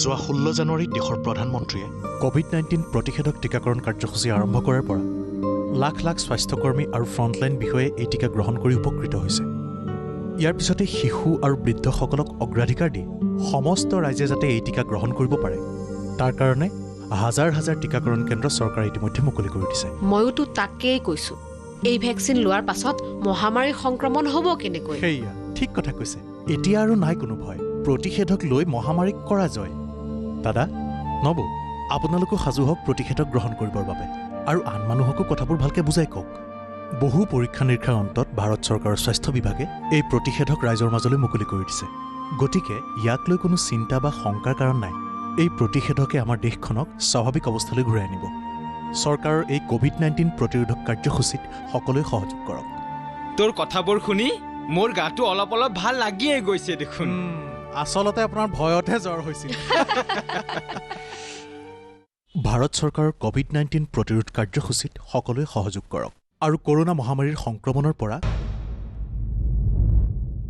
নমস্কাৰ নমস্কাৰ ছাৰ কোৱা মোৰ প্ৰশ্নটো হৈছে যে যেতিয়া আমি কোনো প্ৰশ্নৰ উত্তৰটো মনত পেলাওঁ তেতিয়া সেইটো আমাৰ ভালদৰে মনত থাকি যায় কিন্তু যেতিয়া আমি স্কুলত লিখা আৰম্ভ কৰোঁ তেতিয়া কুৱেশ্যন পেপাৰখন দেখিয়ে আমি তৎক্ষণাতে সকলো পাহৰি যাওঁ ছাৰ অনুগ্ৰহ কৰি এইটো কওক যে এনেকুৱা কিয় হয় ধন্যবাদ তোমাৰ নাম বাৰু কি সুহান চেহগল আচ্ছা চেহগল তুমি পঢ়া ক'ত এলকন ইণ্টাৰনেশ্যনেল স্কুল এই প্ৰশ্নটো আগতে কাৰোবাক সুধিছানে নাই ছাৰ নাই সোধা বাৰু মামী পাপাক সুধিছা নাই ছাৰ টিচাৰক সুধিছা নাই ছাৰ বা বৰ ডাঙৰ কথা মোকেই পালা তুমি কিন্তু তোমাৰ প্ৰশ্ন মই ভাবোঁ সৰহভাগ বিদ্যাৰ্থীৰ মনতে থাকে যেতিয়া ময়ো তোমাৰ দৰে পঢ়িছিলোঁ নহয় এই কথাটোতো মনলৈ আহিছিল যে ক'ব নোৱাৰোঁ কিয়নো মোৰ মনত নাথাকে চোৱা পৰীক্ষা হললৈ যোৱাৰ সময়ত তুমি তোমাৰ মনটোক একেবাৰে শান্ত কৰি যোৱা উচিত মই এতিয়া তোমাক টিভি স্ক্ৰীণত দেখি আছোঁ ইমান শান্ত তোমাৰ চেহেৰা ইমান বিশ্বাসৰ সৈতে তুমি বহি আছা হাঁহিও আছা এই যি অৱস্থা নহয় এক্সামিনেশ্যনলৈ যাবা নহয় তেতিয়াও এনেকৈ থাকিবা কেতিয়াও নাপাহৰা তুমি তোমাৰ মন যদি অশান্ত হৈ থাকে চিন্তাত থাকে তুমি যদি ভয় কৰি থাকা তেন্তে এই কথাটোৰ সম্ভাৱনা বহুত বেছি হ'ব যে যেতিয়াই তুমি কুৱেশ্যন পেপাৰখন দেখিবা কিছু সময়ৰ কাৰণে তুমি সকলো পাহৰি যাবা ইয়াৰ আটাইতকৈ ভাল উপায় হ'ল এইটোৱেই যে তুমি তোমাৰ সকলো টেনশ্যন পৰীক্ষা হলৰ বাহিৰত এৰি থৈ অহা উচিত আৰু তুমি এইটো ভবা উচিত যে যিমান প্ৰস্তুতি তুমি কৰিব লাগিছিল তুমি কৰি লৈছা আৰু তোমাৰ ফ'কাছ প্ৰশ্নবোৰৰ ভাল উত্তৰ দিয়াতহে হ'ব লাগে তুমি এই কথাটো লৈও ভয় নকৰিবা যে কিবা নতুন আহি গ'লে কি হ'ব কিবা এনেকুৱা এটা আহি যায় যিটো তুমি পঢ়াই নাই তেতিয়া কি হ'ব আৰু মই সকলোকে কওঁ পৰীক্ষাৰ টেনশ্যন কম কৰিবৰ কাৰণে টেনশ্যন নোলোৱাকৈ পৰীক্ষা দিবৰ কাৰণে বহুতবোৰ এক্টিভিটিজ বহুতবোৰ উপায় তোমাৰ এক্সাম ৱাৰিয়াৰ বুকতে দিয়া আছে আৰু এতিয়াও আনকি এক্সাম ৱাৰিয়াৰ বুকখনক মই এটা নতুন এডিশ্যন মই কৰোণাৰ সময়ত অলপ সময় পাইছিলোঁ সেয়ে মই ইয়াক অলপ ইম্প্ৰুভমেণ্টো কৰিছোঁ কিছু এডিশ্যনো কৰিছোঁ এইবাৰ ইয়াত ল'ৰা ছোৱালীৰ কাৰণেই কেৱল মন্ত্ৰ নাই বৰং মই মাক দেউতাকৰ কাৰণেও বহুতো কথা লিখিছোঁ বহুতবোৰ এক্টিভিটিজ নমো এপতো আনকি দি থোৱা আছে তুমি এইবোৰত পাৰ্টিচিপেট কৰি তোমাৰ বন্ধুসকলৰ লগত শ্বেয়াৰো কৰিব পাৰা আৰু মোৰ বিশ্বাস আছে অলপমান প্ৰয়াস কৰাচোন মনৰ পৰা এই কথাটো ওলাই যাব আৰু তোমাৰ নিশ্চয় উপকাৰ হ'ব আৰু তোমাৰ বন্ধুসকল আৰু মই তোমাৰ পৰা এইটো বিচাৰিম যে তুমি যেতিয়াই উপকাৰ পোৱা মোলৈ লিখি পঠিয়াবা এক্সাম ৱাৰিয়াৰ পঢ়ি মোলৈ চিঠি লিখিবা নহয় ছাৰ বাহ চাব্বাছ থেংক ইউ ছাৰ ধন্যবাদ নমস্কাৰ মোৰ নাম ধাৰৱী বাপত মই গুজৰাট আহমেদাবাদৰ গ্ল'বেল মিছন ইণ্টাৰনেশ্যনেল স্কুলৰ সংস্কাৰ ধামৰ একাদশ শ্ৰেণীৰ কমাৰ্চৰ ছাত্ৰী মহোদয় এই কৰোণা কালত উদ্যোগ বেপাৰ চৰকাৰৰো বহুত কষ্ট হৈছে চাগৈ কিন্তু আপুনি কেতিয়াবা ভাবি চাইছেনে যে বিদ্যাৰ্থীসকলৰ কি কষ্ট হৈছে ছাৰ এই সংকটক মই মোৰ জীৱনত কি ধৰণে মনত ৰাখিম এনে লাগিছে যে আমি বিদ্যাৰ্থীসকলৰ এটা বছৰ যেন নিৰৰ্থক হৈ গ'ল মোৰ ঠাইত আপুনি হোৱাহেঁতেন কি কৰিলে হয় আপোনাৰ পৰামৰ্শই আমাক দিশ দেখুৱাব ধন্যবাদ ধাৰৱী তোমাৰ সৰু ভাই আছেনে দাদা সৰু ভাই ছাৰ কোনোবা সৰু ভণ্টি আছে সৰু ভণ্টি আছে ছাৰ সৰু ভনী আছে বাৰু হয় ছাৰ সৰু ভনীজনীক এনেকৈ দাবি থাকা নেকি যেনেকৈ এতিয়া কৈ আছিলা নহয় ছাৰ এনেকৈ চকু ডাঙৰ কৰি কৈ নহয় আছিলা ছাৰ আচ্ছা সাবৰমতী আশ্ৰমলৈ আগতে আহিছিলা নে আজি প্ৰথমবাৰ আহিছা ছাৰ প্ৰথমবাৰ আহিছো আজি ফাৰ্ষ্ট টাইম আহিছা কিমান বছৰৰ পৰা আহমেদাবাদত বাস কৰি আছা 6 বছৰ ছাৰ আচ্ছা তেন্তে 6 বছৰ ধৰি হয়, বাস ছাৰ। কৰি আছা আৰু তোমাৰ কেতিয়াও মন যোৱা নাছিল নে যে ভাৰতৰ স্বাধীনতাৰ ইমান মহত্বপূৰ্ণ ঠাই তালৈ কেতিয়াবা যাব লাগে আজিতো ৰাতিপুৱা আহিলা চাগৈ তোমালোক হয় ছাৰ নিশ্চয় তেন্তে তুমি চালানে বাৰু আজি সকলোবোৰ বস্তু চালানে হয় ছাৰ চালো মনত শান্তি অনুভৱ হ'লনে হয় ছাৰ বহুত মানসিক শান্তি পালো চোৱা গৈ পেলাই তোমাৰ সংস্কাৰ ধামৰ বন্ধুসকলকো কোৱাগৈ যে সাবৰমতী আশ্ৰমলৈ যাব লাগে আৰু তোমাৰ পৰিয়াল আৰু হয়। বন্ধুসকলকো ক'বা যে সাবৰমতী আশ্ৰমলৈ যাব হয়, লাগে ছাৰ।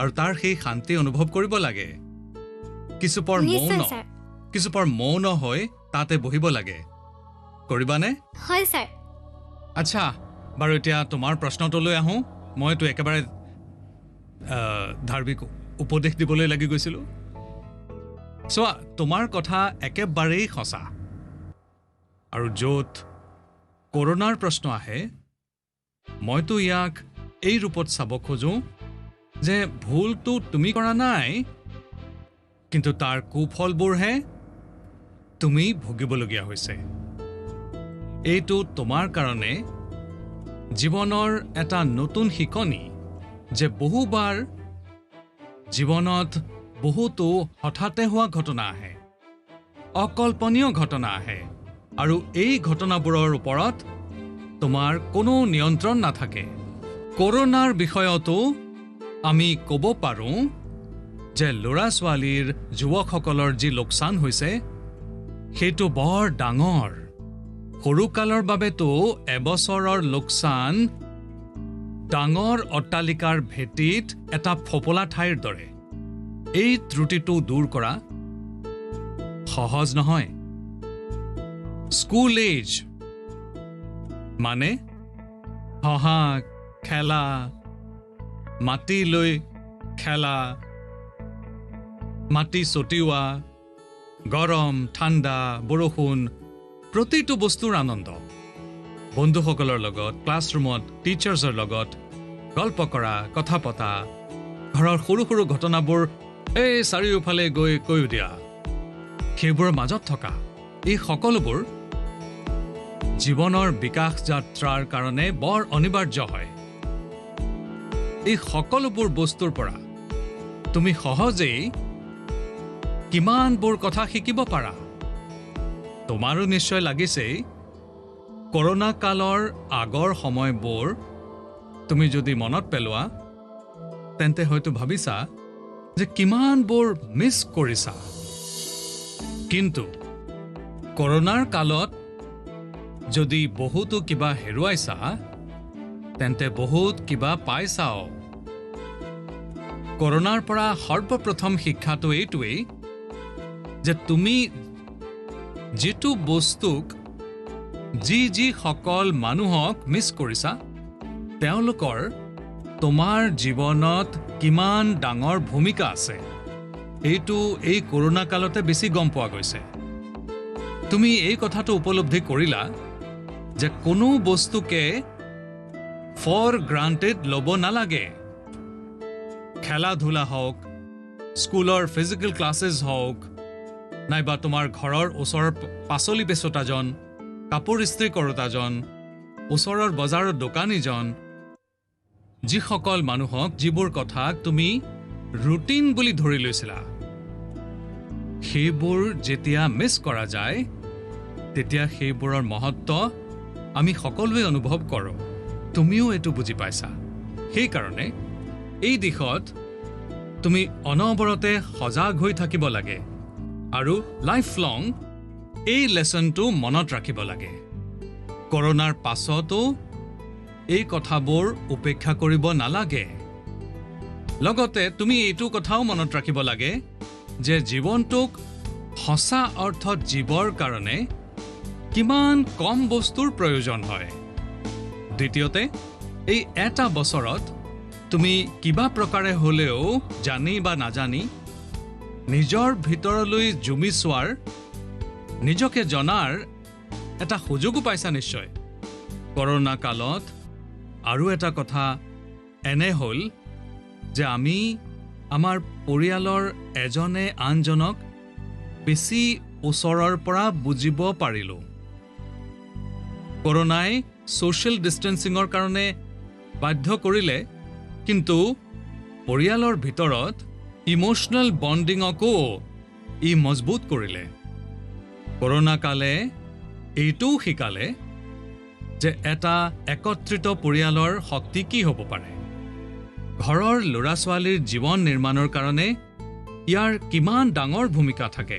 মই বিচাৰোঁ যে ছ'চিয়েল ছায়েন্সৰ মানুহে আমাৰ ইউনিভাৰ্চিটিবোৰত ইয়াৰ ওপৰত ৰিচাৰ্চ কৰক, কৰোনা কালৰ ফেমিলি লাইফৰ ওপৰত ষ্টাডি কৰক। কেনেকৈ এই সংকটৰ মোকাবিলা কৰোঁতে যৌথ পৰিয়ালে সমাজক শক্তি যোগালে সেই দিশটো চালি জাৰি চাওক। কৰোনা অহাৰ পিছত এই যিবোৰ আয়ুৰ্বেদিক কাঢ়া, পুষ্টিকৰ আহাৰ, পৰিষ্কাৰকৈ থকা, ইমিউনিটি, এনে বহুতো গুৰুত্বপূৰ্ণ বিষয়ত আমি সকলোৱে মন দিবলৈ লৈছোঁ। এই সকলোবোৰৰ কাৰণে মানুহে যি কৰিলে সেইবোৰ যদি আগৰ পৰাই কৰি আহিলেহেঁতেন তেন্তে হয়তো অসুবিধা ইয়াতকৈও কম হ'লহেঁতেন। কিন্তু ভাল কথা, এতিয়া এই পৰিৱৰ্তনক মানুহে নিজৰ জীৱনৰ অংগ কৰি লৈছে আৰু সেইকাৰণে মই এইটোৱেই কওঁ যে এইটো বৰ ডাঙৰ কথা যে পৰিয়ালৰ ল'ৰা ছোৱালীয়ে এনে গম্ভীৰ দিশবোৰৰ বিষয়ে চিন্তা কৰিছে। আপুনিও ধন্যবাদ বাছা, ধন্যবাদ। নমস্কাৰ। প্ৰতি মাননীয় প্ৰধানমন্ত্ৰী মহোদয়, সকলো অসমবাসী ৰাইজৰ তৰফৰ পৰা মই অভিনন্দন জ্ঞাপন কৰিলোঁ। মাননীয় প্ৰধানমন্ত্ৰী মহোদয়, মই কৃষ্টি শইকীয়া, কেন্দ্ৰীয় বিদ্যালয় IIT গুৱাহাটীৰ 10মান শ্ৰেণীৰ ছাত্ৰী। সদৌ অসমবাসী ৰাইজৰ তৰফৰ পৰা আপোনাক প্ৰণাম জনাইছোঁ। ছাৰ, নতুন প্ৰজন্মৰ এগৰাকী ছোৱালী হিচাপে আমি আমাৰ পেৰেণ্টছ আৰু আমাৰ মাজৰ জেনেৰেশ্যন গেপটোক সদায় দূৰ কৰিব বিচাৰোঁ। প্ৰাইম মিনিষ্টাৰ ছাৰ, আমি এয়া কেনেকৈ কৰিব পাৰিম? অনুগ্ৰহ কৰি পথ দেখুৱাওক। কি নাম ক'লা তুমি? ছাৰ, কৃষ্টি শইকীয়া। বাৰু, তোমাৰ প্ৰশ্নটোতো বৰ ভাল।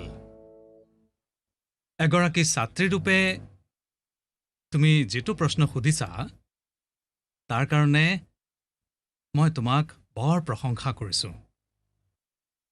এইটোৱে বুজায় যে তুমি এই বিষয়টোলৈ কিমান সংবেদনশীল।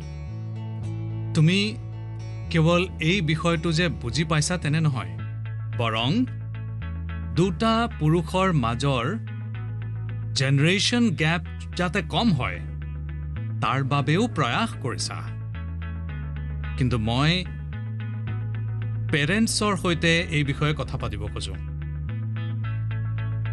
এটা কথা যেটো মাক দেউতাকে ডিসাইড কৰিব লাগিব যে তেওঁলোক বাৰু বুঢ়া বয়সৰ কাৰণে যাব বিচাৰে নে তেওঁলোকে নিজৰ বয়স কম কৰিব বিচাৰে আৰু তুমিও বাছা তোমাৰ মা দেউতাকে নিশ্চয় এই প্ৰশ্নটো সুধিবা যদি পেৰেণ্টছে বুঢ়া বয়সৰ ফালে যাব খোজে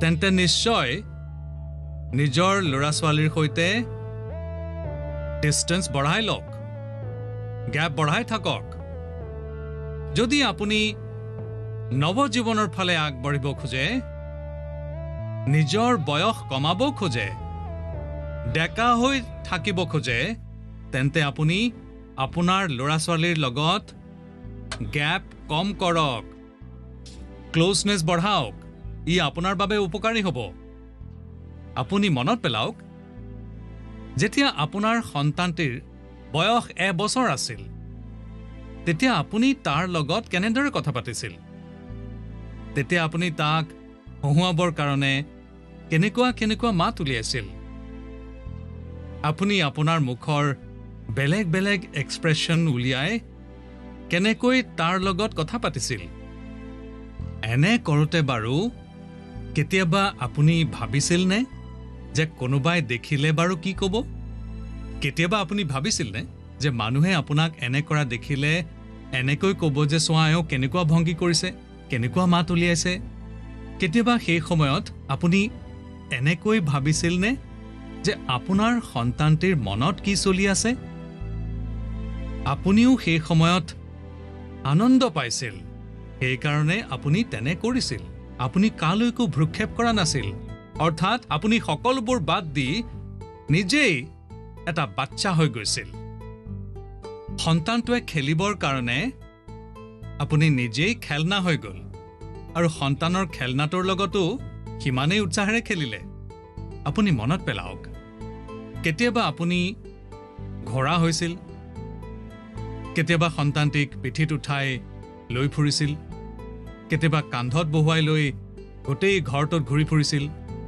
কেতিয়াবা 4টা ঠেং কৰি খোজ কাঢ়িছিল সন্তানটোৱে কান্দিলে তাক শান্ত কৰিবলৈ আপুনিও মিছামিছিকৈ কান্দিছিল তেতিয়া আপুনি একেবাৰে ভবা নাছিল যে কোনোবাই দেখিলে কি ক'ব ঘৰৰ আনবোৰে কি ক'ব সমাজে কি ক'ব বন্ধুবোৰে কি ক'ব একো ভবা নাছিল কেতিয়াবা ভাবিছিল নে আপুনি তাৰ আনন্দ লৈছিল আৰু এইবোৰ সন্তানৰ 5-6 বছৰলৈকে চলি থাকে যেতিয়াই সন্তানটো অলপ ডাঙৰ হয় তেতিয়া এটা লেভেলত মেণ্টেলিটি এনেকুৱা হয় যে মাক দেউতাকে সন্তানটিক ডমিনেট কৰিব বিচাৰে সন্তানটিক প্ৰত্যেকটো কথা শিকাব বিচাৰে হঠাতে যিজন বন্ধু আছিল তেওঁ এতিয়া বন্ধুৰ সলনি সন্তানটিৰ ইনষ্ট্ৰাক্টৰ হৈ পৰে আৰু কেতিয়াবাতো ইনস্পেক্টৰো হৈ পৰে তেওঁ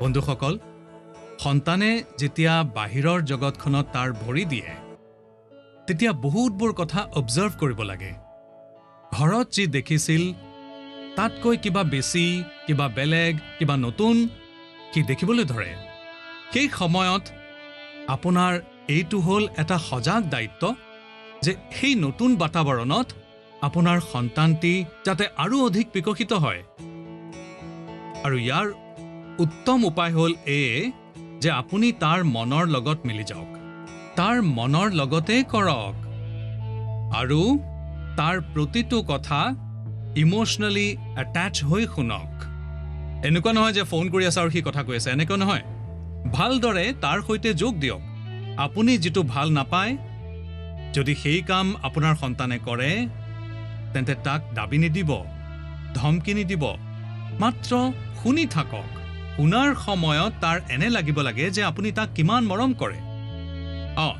কিন্তু যেটো কথা ভাল নহয় সেইটো মনতে ৰেজিষ্টাৰ কৰি ৰাখক আৰু এই গ্ৰোইং এজৰ ল'ৰা ছোৱালীৰ কাৰণে কৰাটো বহুত জৰুৰী হয় আপুনি যিমান পাৰে তাৰ কথা শুনক তাৰ কথাবোৰ বুজক আপুনি ইনষ্ট্ৰাক্টৰ হৈ তাক পুৱাৰ পৰা সন্ধিয়ালৈকে কি কৰিব লাগে সেইবোৰ নুবুজাব। বাৰে বাৰে এইটো নুসুধিব যে মই এইটো কৈছিলোঁ, কি কি কৰিলা। মাত্ৰ আপোনাৰ চকু খোলা ৰাখক, কাণ খোলা ৰাখক, তাৰ ওপৰত মন দিয়ক। তাক শুধৰোৱাৰ লগত জড়িত যিবোৰ কথা আপুনি ৰেজিষ্টাৰ কৰিছিল, যিবোৰ আপোনাৰ ঠিক লগা নাই, সেইবোৰ ঠিক কৰিবৰ কাৰণে বহুত চিন্তা কৰি এটা এনভাইৰনমেণ্ট ক্ৰিয়েট কৰক, যাতে সি নিজেই বুজি পায় যে সিনো কি কি ভুল কৰি আছে। যেতিয়া মাক দেউতাকে ল'ৰা ছোৱালীৰ লগত একে বয়সৰ হৈহে লগ দিয়ে, তেতিয়া কোনো ইছ্যুৱেই আৰু নাথাকে। যেনে ল'ৰাটোৱে এটা নতুন গান শুনি আছে আৰু কিবা নতুন মিউজিক শুনি আনন্দ লৈ আছে, তেতিয়া আপুনিও তাৰ লগত সেই আনন্দৰ ভাগ ল'বলৈ চেষ্টা কৰক। আপুনি এইটো নক'ব যে 30 বছৰ আগতে আমাৰ দিনত এইবোৰ গান আছিল, মই সেইবোৰহে বুজাম। নহয়, এনেকুৱা নকৰিব। যিবোৰ গান সি পচন্দ কৰে আপুনি সেইবোৰ আনন্দ লওক না। এইটো বুজিবলৈ চেষ্টা কৰক যে এনেকুৱা কিনো আছে সেই গানটোত যে আপোনাৰ ল'ৰাটোৱে সেইটো ইমান যে ভাল পায়।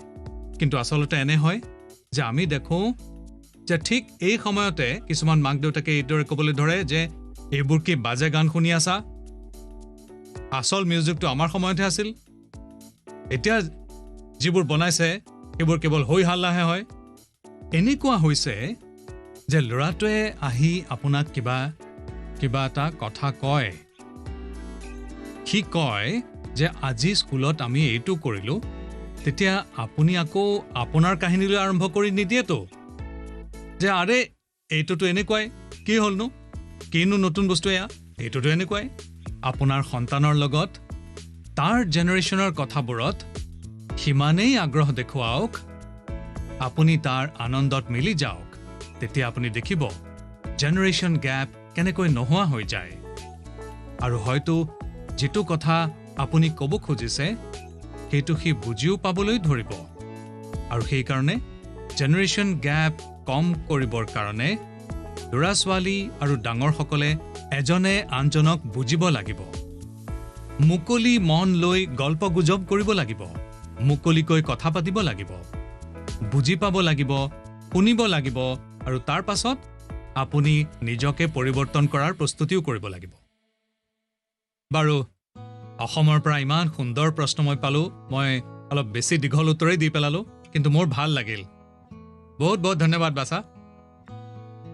ধন্যবাদ ছাৰ। নমস্কাৰ ছাৰ। নমস্তে। মই শ্ৰেয়ান ৰয়, 10মান শ্ৰেণীৰ। মই চেণ্ট্ৰেল মডেল স্কুল, বেৰাকপুৰ, কলকাতাত পঢ়োঁ। ছাৰ, পৰীক্ষাৰ সময়ত আমাৰ পৰীক্ষাতকৈ পৰীক্ষাৰ পিছত কি হ'ব সেইটোৰহে চিন্তা বেছি হয়। কি হ'ব যদিহে আমাৰ ৰিজাল্ট ভাল নহয়। পৰীক্ষাত ফেইল কৰাটো বাৰু সঁচাকৈ আমাৰ জীৱনত ফেইল কৰাৰ দৰে হয় নেকি? আৰে এনেকৈ কিয় ভাবিবা? হা, যদি তুমি এক্সাম ৱাৰিয়ৰ কিতাপ পঢ়িলাহেঁতেন তেন্তে এই গোটেইবোৰ প্ৰশ্নৰ উত্তৰ তুমি নিজেই দি দিলাহেঁতেন। কিন্তু তোমাৰ প্ৰশ্নটো গুৰুত্বপূৰ্ণ হয়, আৰু হয়তো এনেকুৱা প্ৰশ্ন বাৰে বাৰে আহেও আৰু বাৰে বাৰে উত্তৰো দিবলগীয়া হয়। এবাৰ ক'লেইতো আৰু কাম নহ'ব। আৰু মই এই কথাটো সম্পূৰ্ণ মুকলি মনেৰে ক'ব খুজিছোঁ যে দুৰ্ভাগ্যপূৰ্ণভাৱে শিক্ষাৰ ক্ষেত্ৰত আৰু পাৰিবাৰিক জীৱনত চিন্তাৰ পৰিধি ইমান সৰু হৈ গৈছে। পৰীক্ষাত তোমাৰ যিবোৰ নম্বৰ আহিল সেইবোৰ তোমাৰ যোগ্যতাৰ মাপকাঠি হ'ব নোৱাৰে। ভাৰতেই নহয়, পৃথিৱীত তুমি এনে বহুতো সফল মানুহক দেখিবা যি ক্লাছত নম্বৰৰ ক্ষেত্ৰত হয়তো ভাল নাছিল, কিন্তু আজি তেওঁ নিজৰ ফিল্ডত সৰ্বশ্ৰেষ্ঠ হ'ল।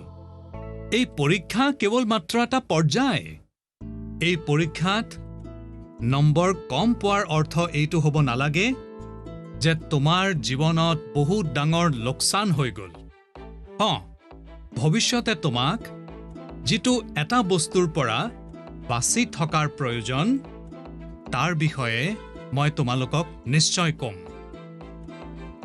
এটা নতুন প্ৰকাৰৰ কুৰীতি আহি আছে সমাজলৈ, যাক আমি ডেষ্টিনেশ্যন ফিভাৰ বুলিব পাৰোঁ। অৰ্থাৎ আন কোনোবা এজন যদি এটা ডেষ্টিনেশ্যনত আছে তেন্তে তেওঁক দেখি নিজৰ ডাইৰেকশ্যন ঠিক কৰি লোৱা।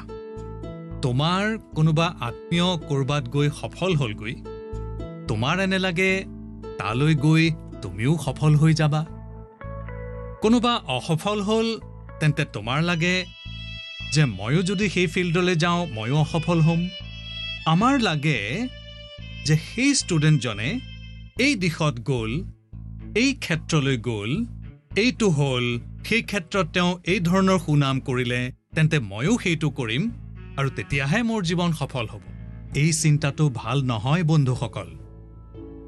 এই চিন্তাটোৰে পৰিণাম হ'ল যে বহুতো ষ্টুডেণ্টছে ইমান উত্তেজনা লৈ যি আছে। তুমি যি পঢ়া সি তোমাৰ জীৱনৰ সফলতা আৰু বিফলতাৰ মাপদণ্ড। কেৱল এইটোৱেই একমাত্ৰ হ'ব নোৱাৰে। তুমি যি জীৱনত কৰিবা সি তোমাৰ সফলতা আৰু অসফলতাৰ নিৰ্ণয় কৰিব। তুমি মানুহৰ প্ৰেছাৰ, ছ'চাইটিৰ প্ৰেছাৰ, মা দেউতাৰ প্ৰেছাৰ, এই সকলোৰে পৰা বাহিৰলৈ ওলোৱা। আমি পটেনচিয়েলক জানিবৰ কাৰণে খেলপথাৰত নামিবই লাগিব। মোৰ এনে লাগিছে যে তুমি নিশ্চয় তোমাৰ উত্তৰটো পাই গ'লা। বন্ধুসকল, মোৰ বৰ ভাল লাগিল যে তোমালোকক ভাৰ্চুৱেলি লগ পোৱাৰ মই সুযোগ পালোঁ। মই তোমালোকক বহুত বহুত ধন্যবাদ দিছোঁ। সঁচাই মই বৰ আনন্দ পালোঁ। তোমালোকৰ লগত কথা পতাটো মোৰ কাৰণেও এটা উদ্যমতকৈ কম নহয়, আনন্দতকৈ কম নহয়। মোৰ এনে লাগিছে যে তোমালোকৰো নিশ্চয় তাৰ পৰা অন্ততঃ কিছুমান কথা কামত আহিব। জৰুৰী নহয় যে মই যি কথা কৈছোঁ সেইমতেই চলিব লাগে। ভাবা, নিজৰ ধৰণে ভাবা। বন্ধুসকল, মই আজি তোমালোকক এটা ডাঙৰ এক্সামৰ কাৰণে সাজু কৰিব খুজিছোঁ। এই ডাঙৰ এক্সামটো হ'ল য'ত আমি 100% মাৰ্কছ লৈ পাছ হ'বই লাগিব। এইটো হ'ল আমাৰ ভাৰতক আত্মনিৰ্ভৰ কৰি তোলা। এইটো হ'ল ভোকেল ফৰ লোকেলক জীৱন মন্ত্ৰ কৰি তোলা। মোৰ এটা অনুৰোধ, যেতিয়া তোমাৰ বোৰ্ড পৰীক্ষা শেষ হৈ যাব তেতিয়া পৰিয়ালৰ লোকসকলৰ লগত মিলি এখন লিষ্ট বনাবা। ৰাতিপুৱাৰ পৰা আৰম্ভ কৰি ৰাতিলৈকে তুমি যিবোৰ বস্তু ব্যৱহাৰ কৰি আছা সেইবোৰৰ ভিতৰত কিমানবোৰ বস্তু বিদেশৰ মাটিত তৈয়াৰ কৰা হৈছে আৰু কিমানবোৰ বস্তুত ভাৰত মাতাৰ মাটিৰ সুগন্ধ আছে, কিমানবোৰ বস্তু কোনো দেশবাসীৰ কষ্টেৰে নিৰ্মিত হৈছে। ইয়াৰ উপৰিও এক্সামৰ পাছত কৰিবৰ কাৰণে এটা টাস্ক তোমালোকক দিব খুজিছোঁ।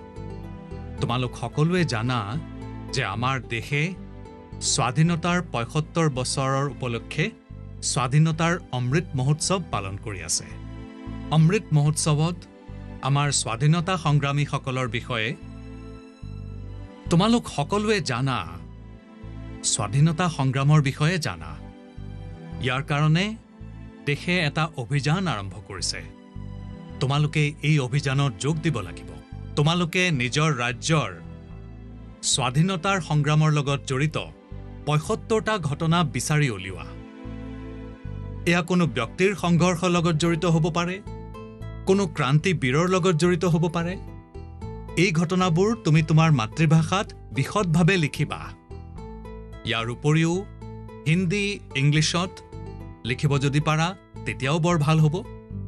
তোমালোকে এইটোক বছৰজোৰা প্ৰজেক্ট কৰি লোৱা আৰু ডিজিটেল ৰূপত এইটো কেনেকৈ কৰা যায় ইয়াৰ কাৰণে তোমাৰ টিচাৰ্ছৰ পৰাও গাইডেন্স ল'বা। তুমি তোমাৰ টিচাৰ্ছৰ সৈতে কথা পাতা, তোমাৰ পেৰেণ্টছৰ লগত, ককা আইতাৰ লগত কথা পাতা। তুমি কি কৰিব পাৰা তাৰ ওপৰত আলোচনা কৰা। বন্ধুসকল, গুৰুদেৱ ৰবীন্দ্ৰনাথ ঠাকুৰে লিখিছে, মই সপোন দেখিলোঁ যে জীৱন আনন্দ। মই জাগি উঠিলোঁ তেন্তে পালোঁ যে জীৱন সেৱা। মই সেৱা কৰিলোঁ আৰু পালোঁ যে সেৱাতেই আনন্দ আছে। তোমালোকে নিজেও চোৱা, যেতিয়া আমাৰ ইচ্ছাবোৰ আমাৰ লক্ষ্য দেশৰ সেৱাৰ লগত এক হৈ যায়, তেতিয়া আমি কোটি কোটি জীৱনৰ লগত এক হৈ যাওঁ। সেইকাৰণে ডাঙৰ সপোন দেখিব লাগে, দেশৰ কাৰণে ভাবিব লাগে। মোৰ সম্পূৰ্ণ বিশ্বাস আছে তোমালোকে এই এক্সাম বৰ ভাল মাৰ্কছ লৈ পাছ কৰিবা। তাৰ পাছত জীৱনত বহুত আগলৈ যাবা। সেইকাৰণে খুব পঢ়া, খুব খেলা, খুব ধেমালি কৰা। ৰিজাল্টৰ পাছত মোলৈ তোমালোকৰ বাৰ্তাও নিশ্চয় পঠিয়াবা। মই অপেক্ষা কৰিম। এই শুভকামনাৰ সৈতে সকলো মোৰ ডেকা বন্ধুসকলক আৰু সৰু সৰু বন্ধুসকলক বহুত বহুত ধন্যবাদ। অনেক অনেক শুভকামনা।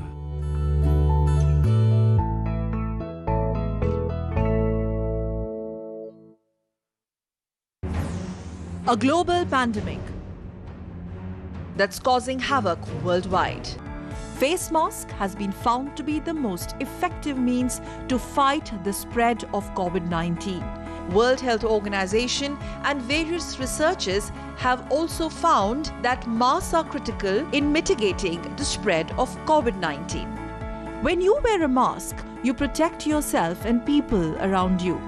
Be a part of Mask Up India campaign.